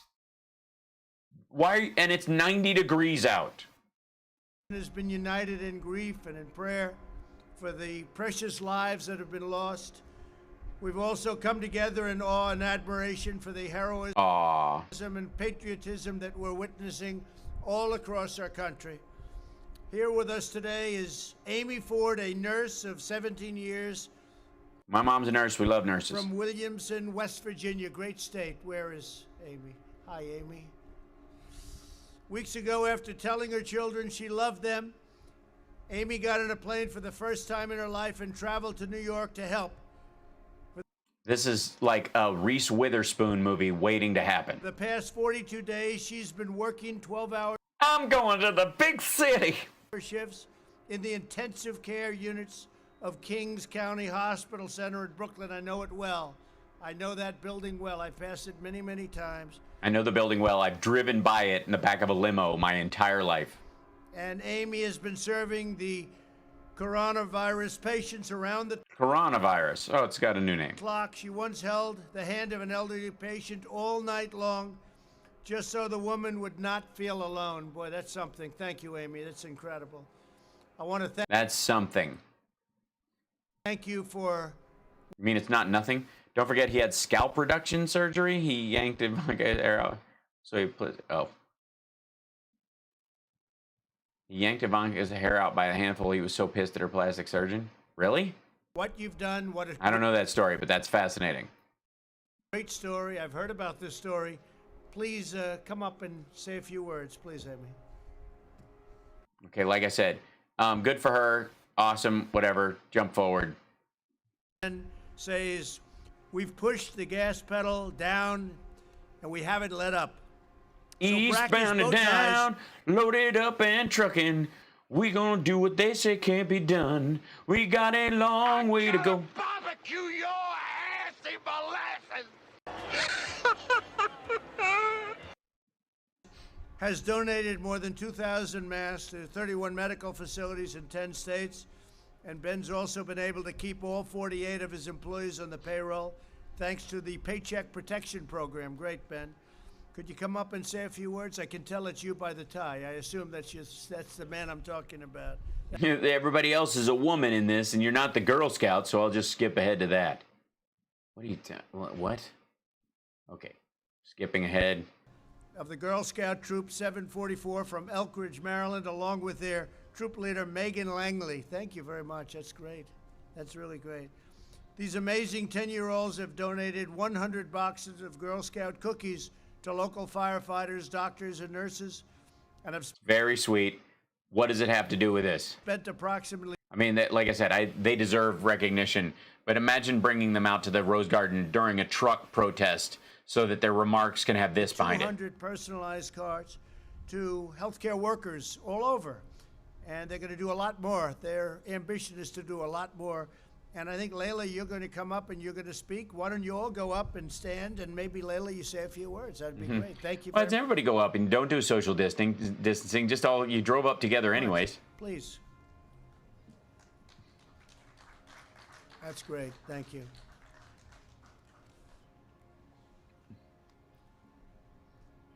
Let me touch that for you, and so you don't touch it, and there you go.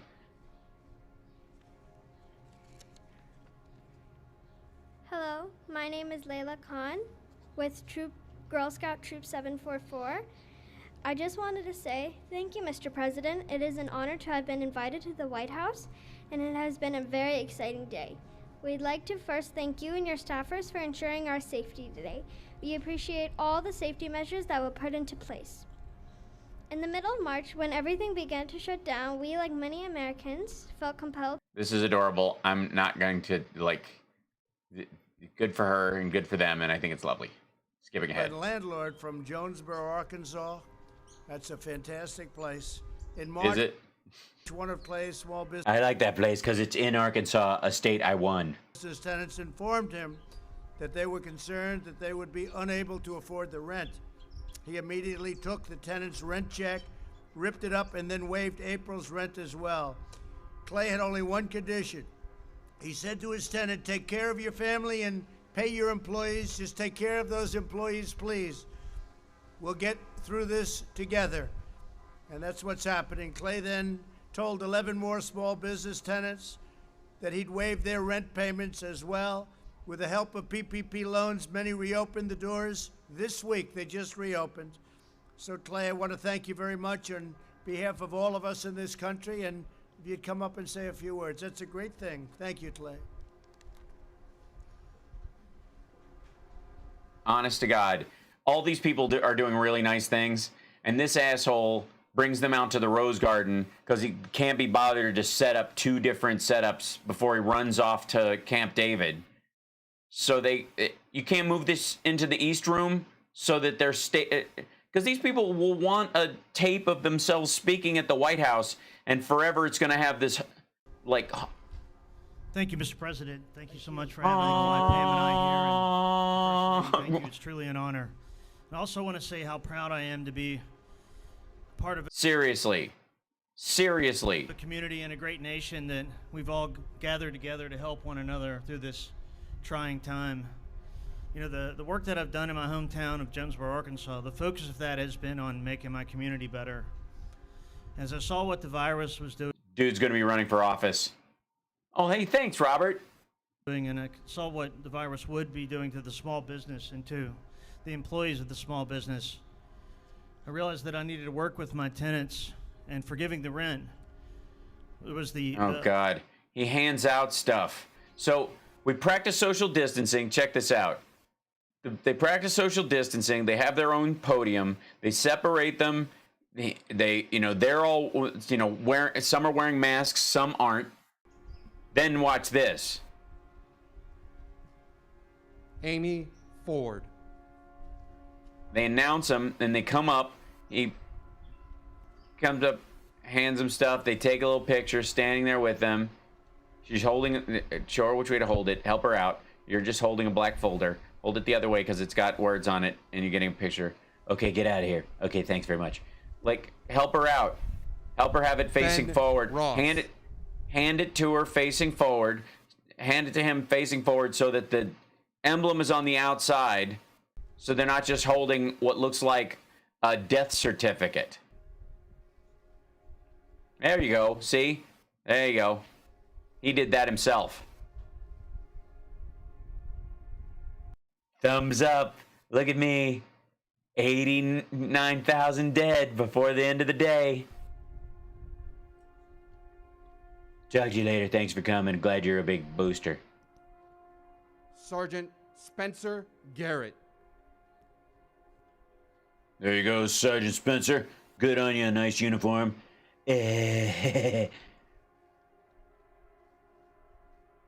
Smart of you to wear gloves. Thank you. Yeah, I'm disgusting. Be careful. Lauren Matney. Run. Run away, Lauren. Run. Run for your life.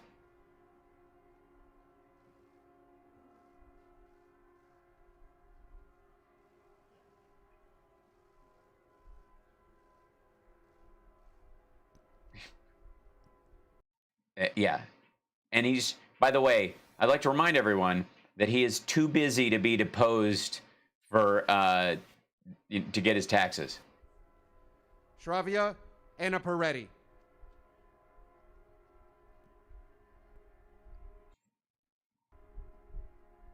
How are you? Yes, here.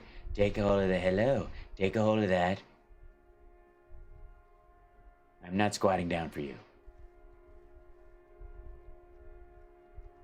What was that little gesture? He did the touch his jacket fart move. Layla Khan. And again, this is he gives out the thing to the dude who gave the rent guy, which is fine. He's holding on to it because apparently that guy's a Girl Scout too. And then yeah, man, fist pump. Good job, bruh. Okay, now we're done. Thank you very much. Thank you very much. Thank you. We'll say it one more time. Good job. And wife, woman, let's go. And then they leave. Take my hand, because that's in the legal contract. And we walk up here, and we'll turn around and wave at everybody. Yeah. Listen how loud those horns are the whole time. They've had the mics down. They've had the mics down for us. They've been modulating it the whole time.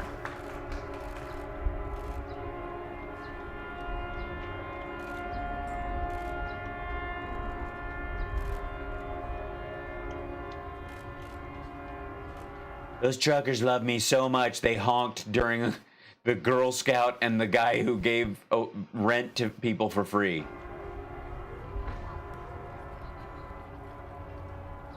Unbelievable.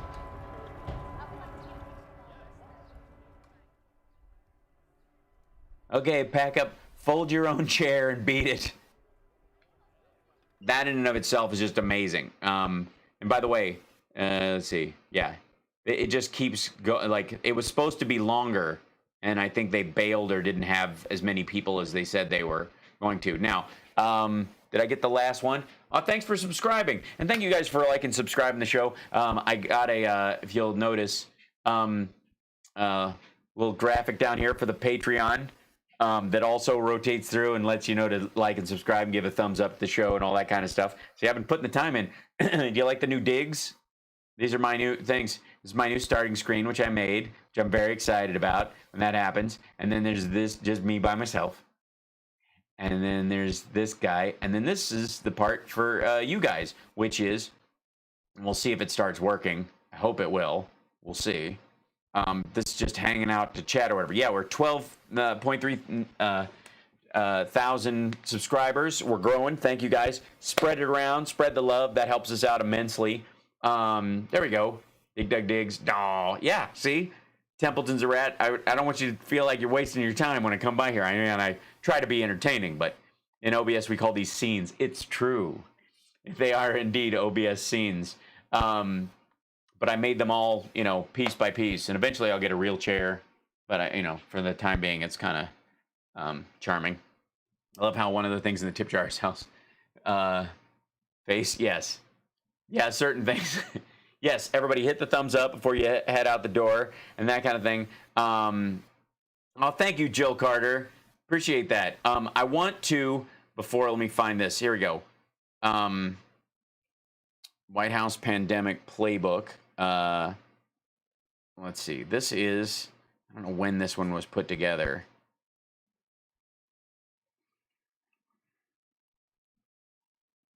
It doesn't, they took out all the references to it in the end. Hold on. Disaster response, where the heck is it? Yeah. So, I'll grab this. I need to grab, here it is. Here, okay.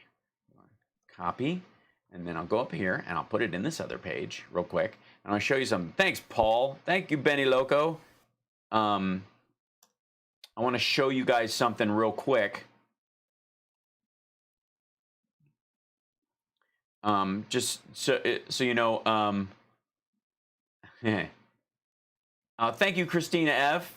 Thanks for the show, Al. Cheers. So thank you. Appreciate it. So you can go the rest of the weekend on my own and start up with y'all on Monday. Still got to turn in my lessons for next week. Yeah, it's important to do some work on your own and actually do stuff.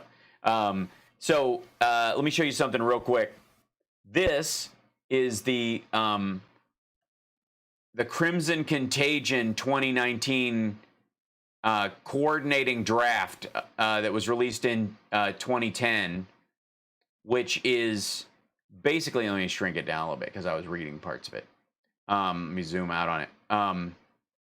Is, if it can be, basically they went through what they did, what their op center locations would be, where the disease supposedly came from, how its hot spots, how it was affected. And by the way, it was a flu-like disease, and in this, it operates on the idea that hot weather kills it, so it's really seasonal, and they're operating on that, which if you're doing a playbook, you would want to go, all right, what if it's not? What, give us worst case scenario versions, and so that we can handle the worst possible thing, right? Because you can always fall back. If it's seasonal, it's way easy, right? It was a 4-day multi-state exercise that focused on the whole of community response and policy issues of workforce viability, critical infrastructure protection, economic impact, non-pharmaceutical interventions, scarce resource allocation, prioritization of vaccines and other countermeasures, and medical surge operations. Organizational participants in Crimson Contagion functional exercise includes local, state, and federal departments and agencies, as well as the private sector and non-governmental organizations. At least one state from each of HHS's 10 regions and the city of Chicago participated in the exercise. Got it? Thank you, After Dark Paranormal. Appreciate it. So that's this page right here. That's what this is for. Don't pay attention to draft, do not distribute. Apparently it got distributed. This is the archived version of it. So basically, like, this is what it's supposed to show. This is what we're working on. This is what will need to be done. That's all the beginning of it. Now, if you skip ahead to what they did and how the exercise went, and then they go, all right, what didn't work? What was the after action report? Almost nothing worked in their team's response. There was the one thing that they think worked was business and government partnerships, because they were basically allowing these government pharmaceutical companies and NGOs, or the pharmaceutical companies and the government organizations to coordinate together. They were looking forward to that. So they were talking to the governors that there were, you notice they were in each of the 10 sectors, all of them except for the Chicago point was they were all friendly governors for their, they were coordinating with their own, as it were. And amazingly enough, the businesses in those states, got a little bit of draft money to work on this. They were amazingly well suited to take that money and applaud getting it. But when you go into the action planning sessions, key leader decisions, critical information requirements, all that kind of stuff, everything took a crap. The whole thing fell apart. Nothing, I love, and they're like, the CDC state health official and regional emergency coordinator calls provided state partners with valuable insight into pandemic response activities at the national, regional, and state levels. However, the amount and types of information shared, as well as the existing limited mechanisms to share information, were insufficient. You mean you forgot to call them back? Which is what the problem was? Scarcity. So according to this, they had an issue with scarce resources. And in that scarcity issue, the current medical countermeasures, supply chain, and production capacity cannot meet the demands imposed by nations during a global influenza pandemic. Imposed by nations. The U.S. lacks the ability to produce or source some of the inputs necessary to produce vaccine in sufficient quantities to respond to the domestic requirements of a severe influenza pandemic. That's what this was related to. Further compounding this challenge, global manufacturing capacity will also be unable to meet the domestic demand for medical countermeasures, including personal protective equipment and ancillary supplies, i.e. syringes. So they knew this in 2018, according to them. They did a war game of this last August. They had an after-action report that they had this draft of in October. Then they went to a full draft in January before all this stopped. And then they still dragged ass on getting PPE until March, even during even though they'd been told, we just finished this and there's actually something on the horizon. Yeah, it's crazy that they're bragging a report that the preparation and the plan of it was terrible, that their coordination was awful, and that they didn't have enough stuff. And one of the reasons they didn't have enough stuff was because they let the supplies in the stockpile waste away, because you have to replenish them regularly. They have a shelf life. They will break down. They will go rotten, as it were. They are made of paper, and it degrades over time. And storage is an important part of that. And you're rotating stuff through that's years old. So things are about 10 years old. If they're coming up in your cycle and you just blow them off, you can miss 2 whole windows and your stuff isn't being replenished. And that's what happened. And again, they didn't know, they're saying they didn't know that that they were something like this was gonna happen. No one could have imagined. And what they're telling us today is they imagined this twice in the last 2 years. And their response was, shove your head up your own ass and go golfing. I'm amazed that they're admitting that this document exists. So, anyways, I wanted to show you guys that I was doing the reading as well. So I want you guys to know that I'm nerdy that way. But in all this, some states were not clear on pre-pandemic vaccine or the strategic national stockpile asset distribution in response to an influenza pandemic. Several states did not possess clear understanding of how vaccines for children supply chains would be used to distribute pre-pandemic vaccine priming doses. State participants were concerned that the currently registered vaccines for children providers may not sufficiently represent the target patient populations. Red states is what they mean. In addition, states were concerned that without funding provided under a major disaster declaration, which is, again, no one could have imagined we had declared national emergency, or a national disaster, they would not have the resources to distribute strategic national stockpile assets from initial reception points to the areas across the table. But then, of course, they were not counting on Project Farting Eagle. Project Farting Eagle. Yeah, so states question federal resource allocation decisions in response to an influenza pandemic. By the way, this is all based on influenza. So it's seasonal. It already hamstrings it. Instead of going, it's a novel disease, we don't know whether it'll come and go, all that stuff. They just decided to go straight up with an influenza. That being said, it should have, been able to, because it's a respiratory disease, and it might have been why they were looking so hard for influenza-like illness symptoms, even though they don't necessarily register on this. A lot of the people who got coronavirus and ended up in the hospital did not have a major fever. And now the kids that are getting it are having a, like a heavy-duty 5-day fever. School closure decisions, all this stuff, all of these parts where they're like, no one could have imagined. It's all imagined in this document. Again, this is something that supposedly the president was briefed on during, that they ran this thing in August of last year, that they produced an after-action report in October, that he would have been briefed on both in October and in December. Alex Azar was put in charge of the task force in January, less than, 2 weeks after this document, the final version of this document were put out in there. They knew full well we weren't prepared. Just read this document and you'll know, crap, we need to make sure, we have all these elements in case something happens. Plus, we're seeing something in China right now that reeks of SARS and MERS. We need to do something. So all this, no one could have imagined horse shit. I'm shocked they even showed this to anybody. Secondly, what I'm not shocked about is that they did not show her. Where are they? Let's see if they've got the. Where are they? Yeah, these guys. Hold on.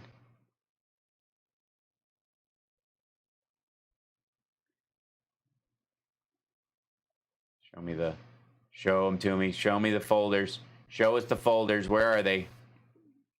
Oh, they're not going to let me. Just grab that one. So sad. Yeah. Response reports commissioned by the... There they are. There they are. So the one in her left hand, the gray one, is what I was just reading you from. The proof that someone imagined this.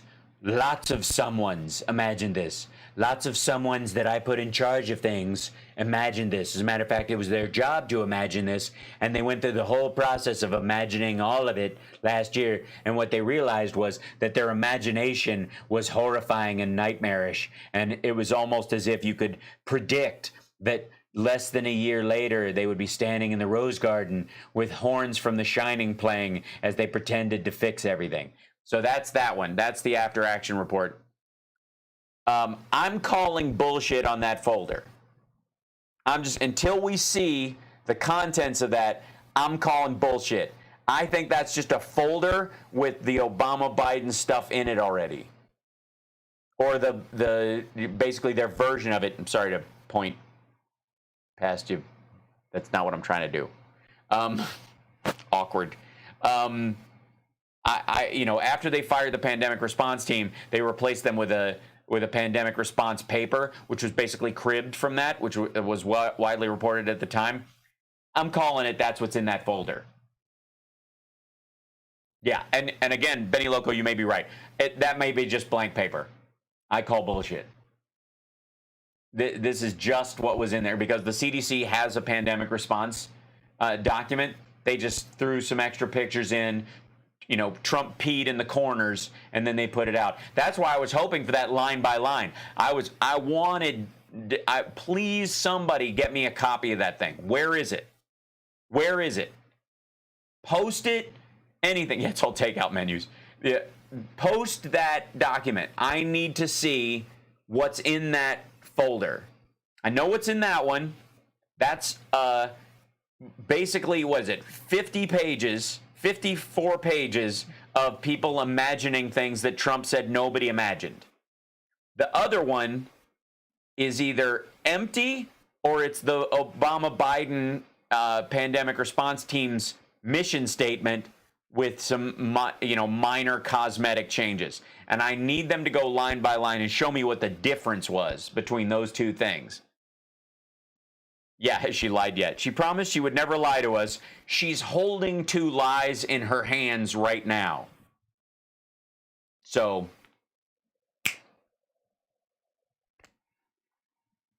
yeah. That's going to be, yeah, it's double, yeah, that's the difference Templeton's are at. It's the Obama-Biden plan double spaced. So we use twice the paper, so it's, ours is thicker. So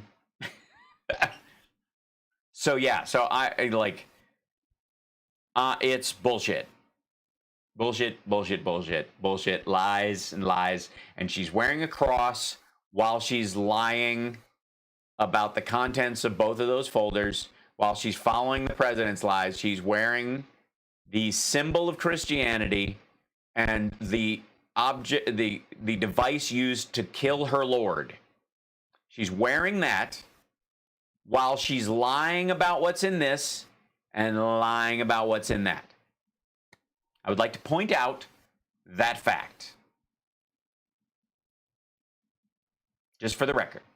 But she is lying while wearing a crucifix, and shamelessly, and in some cases later on in the thing, rudely.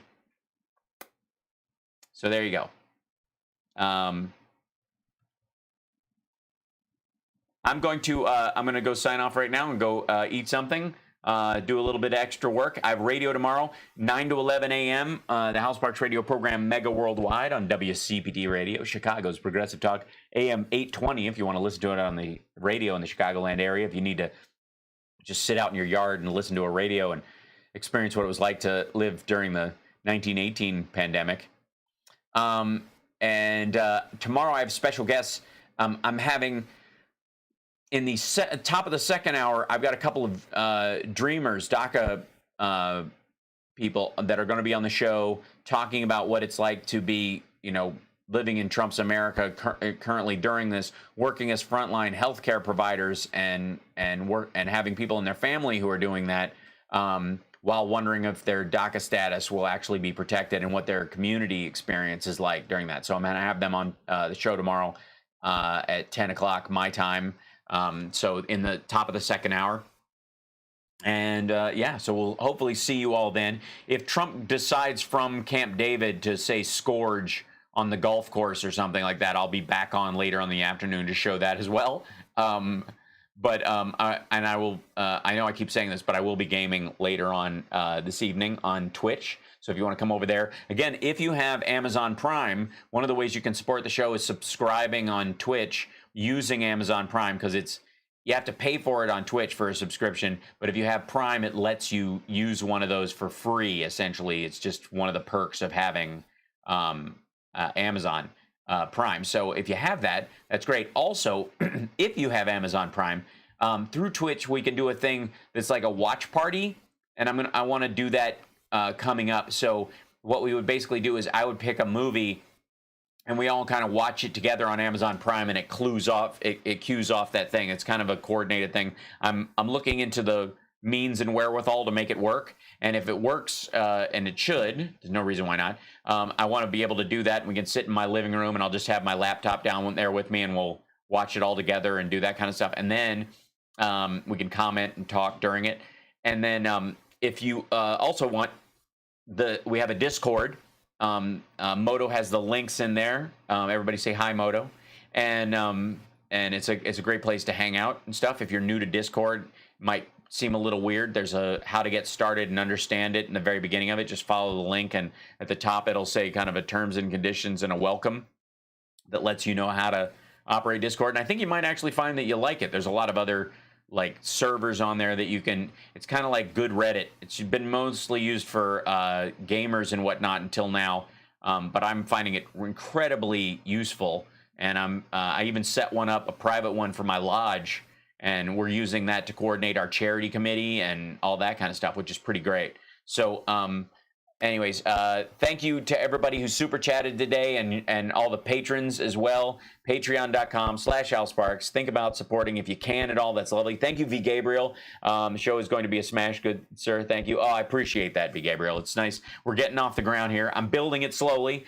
And as we expand on it and the quality gets higher, I'm feeling a lot more secure in sharing it and the like. I just didn't like kind of the home studio kind of crappy look that I had for a long time, and so I didn't really promote it that heavily, and I kind of kept my light under a bushel, as it were, until I could feel that the quality was good enough for people to come back to. And increasingly, it's getting that way thanks to, especially to our patrons and our super chat people. So thank you guys more than I could possibly show without being untoward in public.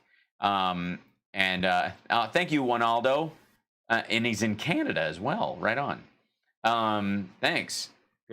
So it's a good time. And I also want to, again, remind and thank the trolls that join us. Thank you for driving up my viewing numbers. And thank you for participating in the chat because it increases the algorithm. And it means a lot. And I appreciate your time, which is the one thing you can never get back.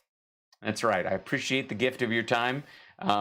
It's sweet of you to spend time with me here. The more you hate me, the more I own sections of your life that you'll never get back. It's adorable.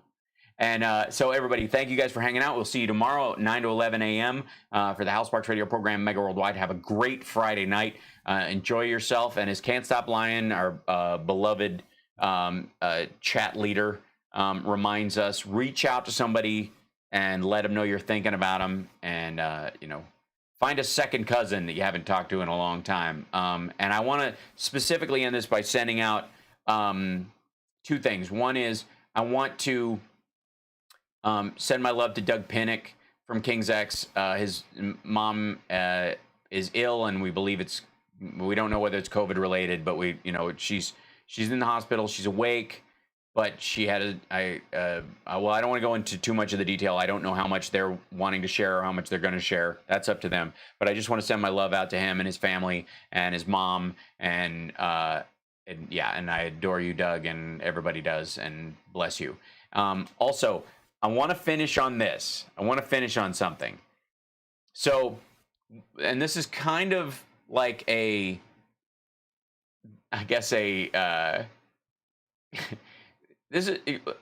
what do you do during lockdown? What are you guys watching? What are you binging, right? That's one of the big questions. What is everybody binging? What kind of shows are they watching? I want to show you something that has caught my eye that I've been watching. It's a YouTube show called Townsend's, and it's this guy John. I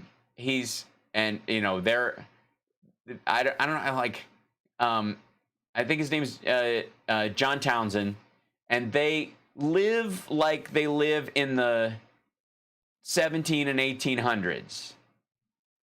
And it's a cooking show, but they show you how to cook stuff from 200 years ago and the ingredients necessary.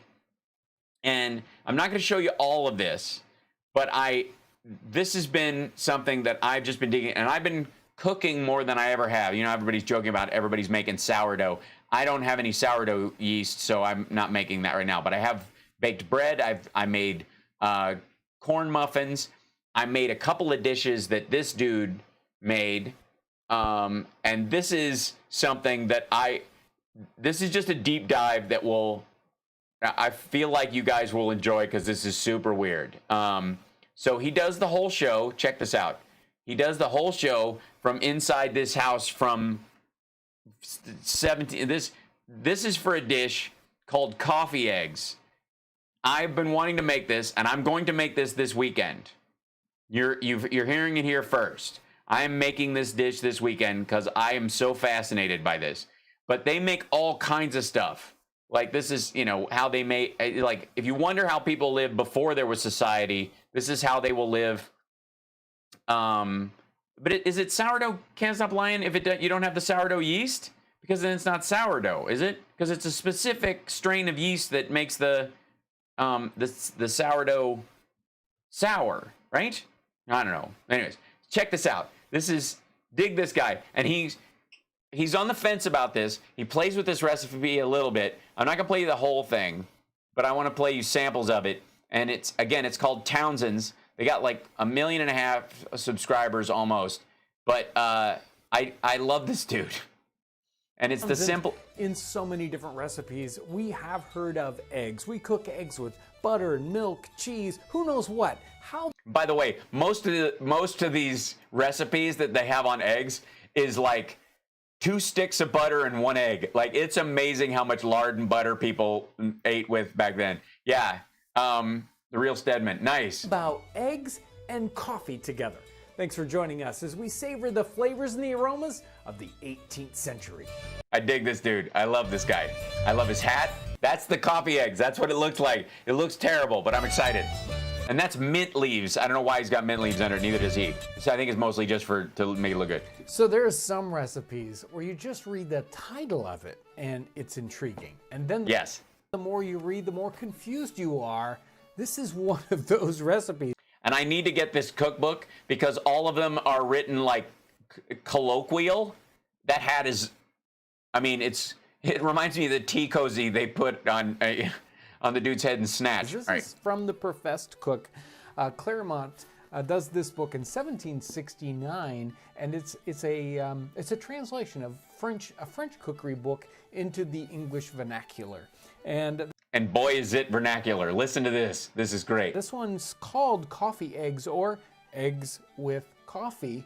And generally, we think about those things as 2 separate things, not putting them together into a single dish. And he looks like Mickey Dolenz, right? This one's strange in that it is not very complicated, and the 2 main ingredients are eggs and coffee.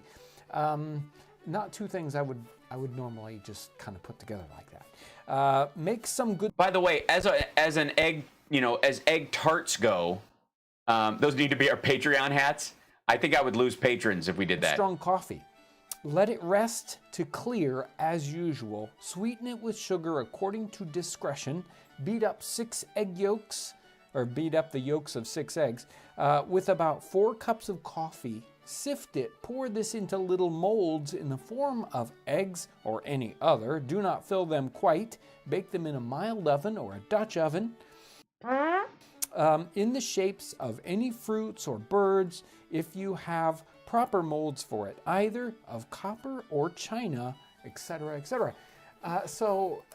Interesting. It's basically coffee, the egg yolks, and what sugar you add, and then they're baked in little forms. I don't understand how this is going to It's a flan, dude. It's a flan. Turn out. It's a coffee flan. It's a sweet coffee egg flan. I love the idea. I want to do this so bad. I can taste it right now. It tastes delicious. The only way to figure this one out is to do it.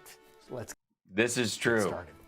I'm so excited. I'm so going to do this weekend, and I'm going to be the only person in the house that eats it. But he knows I'm not. I'm going to be lonely eating coffee eggs on Sunday. I have no doubt. Because Summer and Ethan aren't going to go anywhere near it. Not a big fan of coffee. 6 eggs, 4 cups of coffee.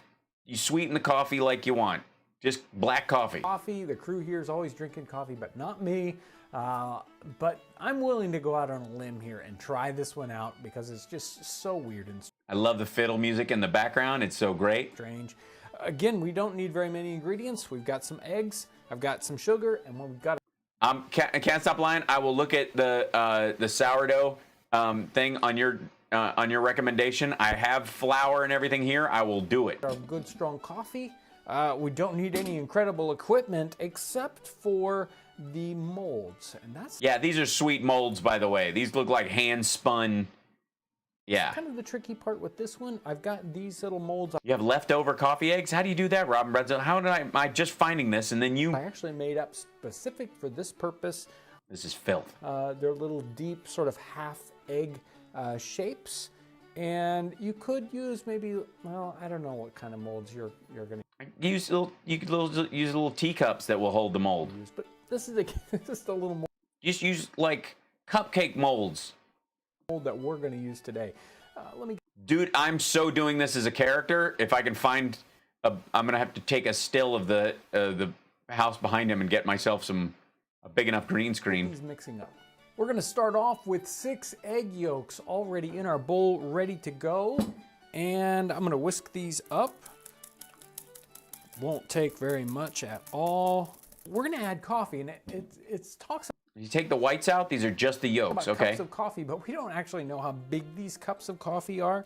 And baking this, it seems like there's an awful lot of coffee here. So I'm going to cut this back to approximately 2 ounces of coffee per egg yolk. And that means that if we've got 6 egg yolks in here, I'm gonna add in 12 ounces of coffee. Maybe their coffee cups are small. Let me tell you, this does not look promising. Doesn't smell promising to me, but we're gonna do it anyway. Make sure your coffee isn't too hot. You don't want to. By the way, I dig the jacket and the buttons and the scarf. Dr. Burks, eat your heart out. Cook these eggs when you put them in. This was just kind of nice and warm. Is that a new hat or is it time to change the bandage? And I left it nice and warm so that we could still get this sugar to dissolve. You can dissolve your sugar in first. I'm going to do it here just in this section. It cuts back the coffee but adds the same amount of sugar. It's interesting. The sugar's up to you about how sweet you want it. And I'm just going to whisk this until my sugar gets dissolved. 6 months later. This is very watery consistency. I love this, by the way. By the way, I don't know if you guys know this. I grew up in Kentucky. One of our rooms in our house, the main living room, was a church for black soldiers during the Civil War. That was what the building was actually, our house was built off of. It was a log cabin. When we moved in, we pulled the, long story, my sister and I saw a ghost in the living room. It went through the wall. When we tore down the paneling on the wall, it's a log cabin, the main building, but there was a door right where it went. That's another story. But we had a wood burning stove. That was our source of heat during the winter. When it got really cold in the winter, we all slept in the living room near the fire. I grew up in teepees. I wore buckskins. I shot flintlocks. I threw tomahawks growing up. And we have like a lot of our pottery and stuff that we cooked with and made stuff with looks like this. See, but yeah. I've been fooled on these kinds of things before where... Yes, we can tell. You think, what you're going to bake just will never, never thicken up, never turn into what you want. And this is supposed to go into a mold and come out of it and hold its shape. You wouldn't bet that from what it is right this second. I'm just whisking it to get it fully mixed. I'm not trying to whip any great quantity of air into this. All right. So I don't know if this... Then, okay, so long story short, I won't do the whole thing. You guys can watch these if you want to. He pours it into the little molds, like that, leaving some space just, not letting it fill up. And then... I went ahead and buttered these guys, and I'm going to get... And he buttered the inside of the thing so they'd pop out when they were done. These in the oven, and I'm guessing, about a half hour. It's one of those things you'll have to watch. And hopefully they'll solidify up and do what they're supposed to do. I have no idea, but I'll get these in the oven. And there they are. Doodly-biddle-a-boddle-a-boom. That's amazing. So, and I can't play too much of this because I'll get a copyright strike. And then he plops them out.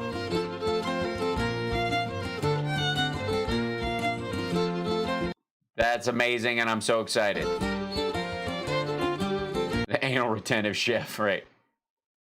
The fun part is watching him eat these things because he's so panicked about it. You can tell he doesn't like coffee at all. And I like coffee, so they're ready. I'm more of a tea person, but I like coffee. To try.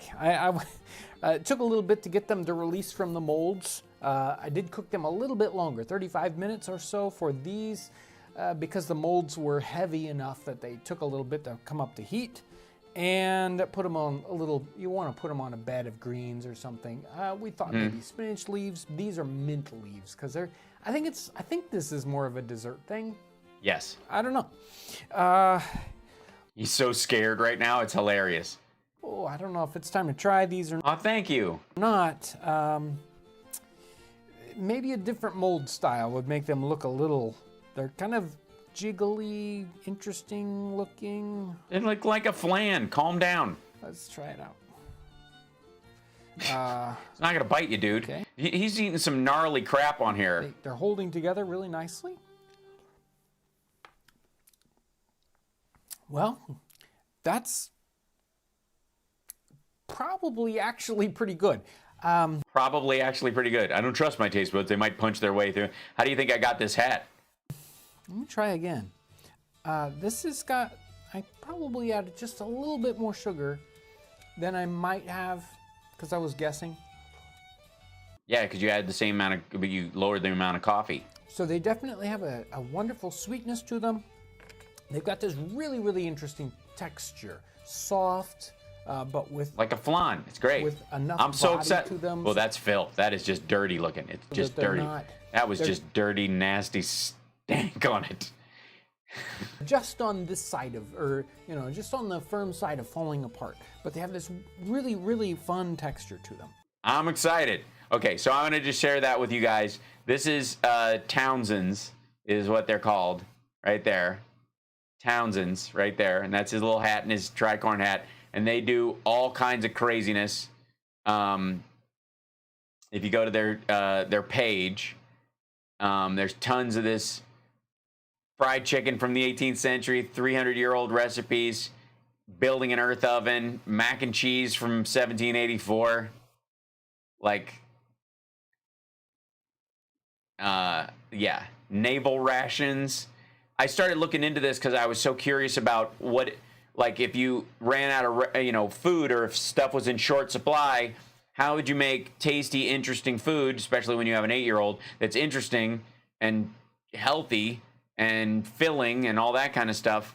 Corn and eels. Corn and eels succotash. See what I mean? That you could make fairly simply, you know, especially the French recipes, which I'm a big fan of from the period. This was why I made my quiche recently.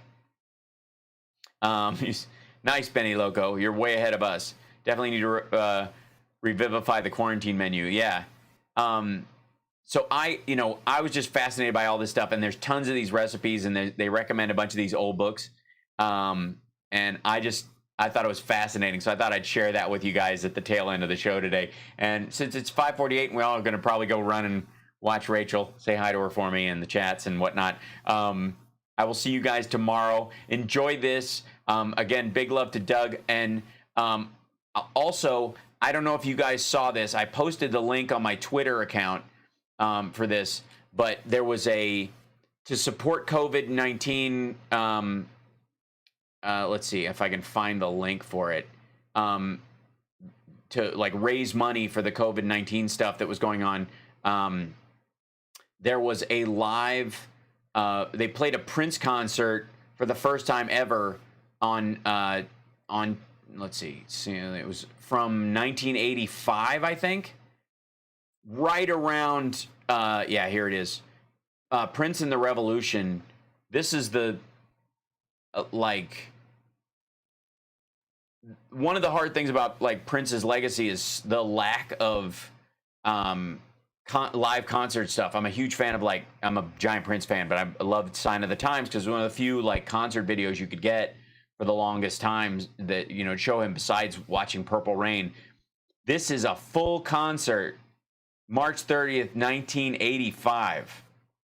And they put it on there. It's so good. And when the solo he does, the extended section on Purple Rain is just glorious. Like, it's all the hits, just nailing it. Pre-jazzy Prince and the Revolution, so it's just him playing them like he wrote them. It's so goddamn good. It's so good. It's, yes. Patreon assemble. Yeah, and we're going to have, I don't know if you guys feel like it, but post radio show tomorrow, I want to do a Patreon Google Hangout thing. So if folks are up for that, Google has a new Hangout version of it. I'm seeing if that's better for us and works more functionally for people than Zoom does. I know we're bouncing all over the place, but I'm trying to find the best thing that works for everybody, which I probably will never find because you are a diverse group of wonderful folks. But anyways, I will see you tomorrow. I'm going to sign off now. Don't forget to reach out to somebody tonight. Thank you, Can't Stop Lying. Thanks, Carl. Thanks, Moto. Thanks, everybody who watches in the chat and all the super chatters today and all you guys just for hanging out with us. I appreciate it. You guys are lovely. Take care of yourself. Take care of somebody else.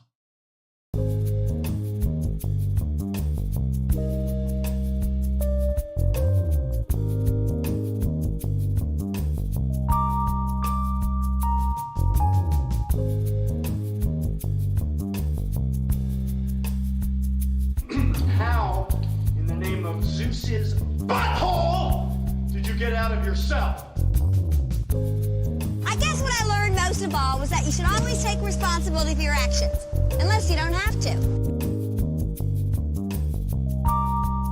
We're honored to have with us today our amazing Vice President, Mike Pence, and his wonderful wife, Karen.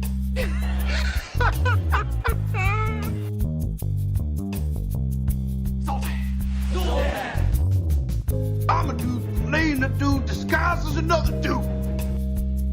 He thinks I made it up. Unbelievable. Once it was reluctantly aroused. It was hard to get it aroused, and it is hard to get it aroused, but we got it aroused.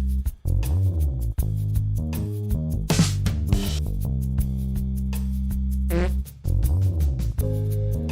never thought anybody could forget so much so fast without a severe blow to the head.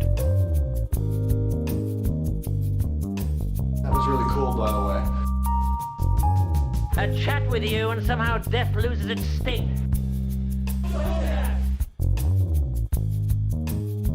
Sportos, motorheads, geeks, sluts, bloods, wastoids, dweebies, dickheads. They all adore him. They think he's a righteous dude.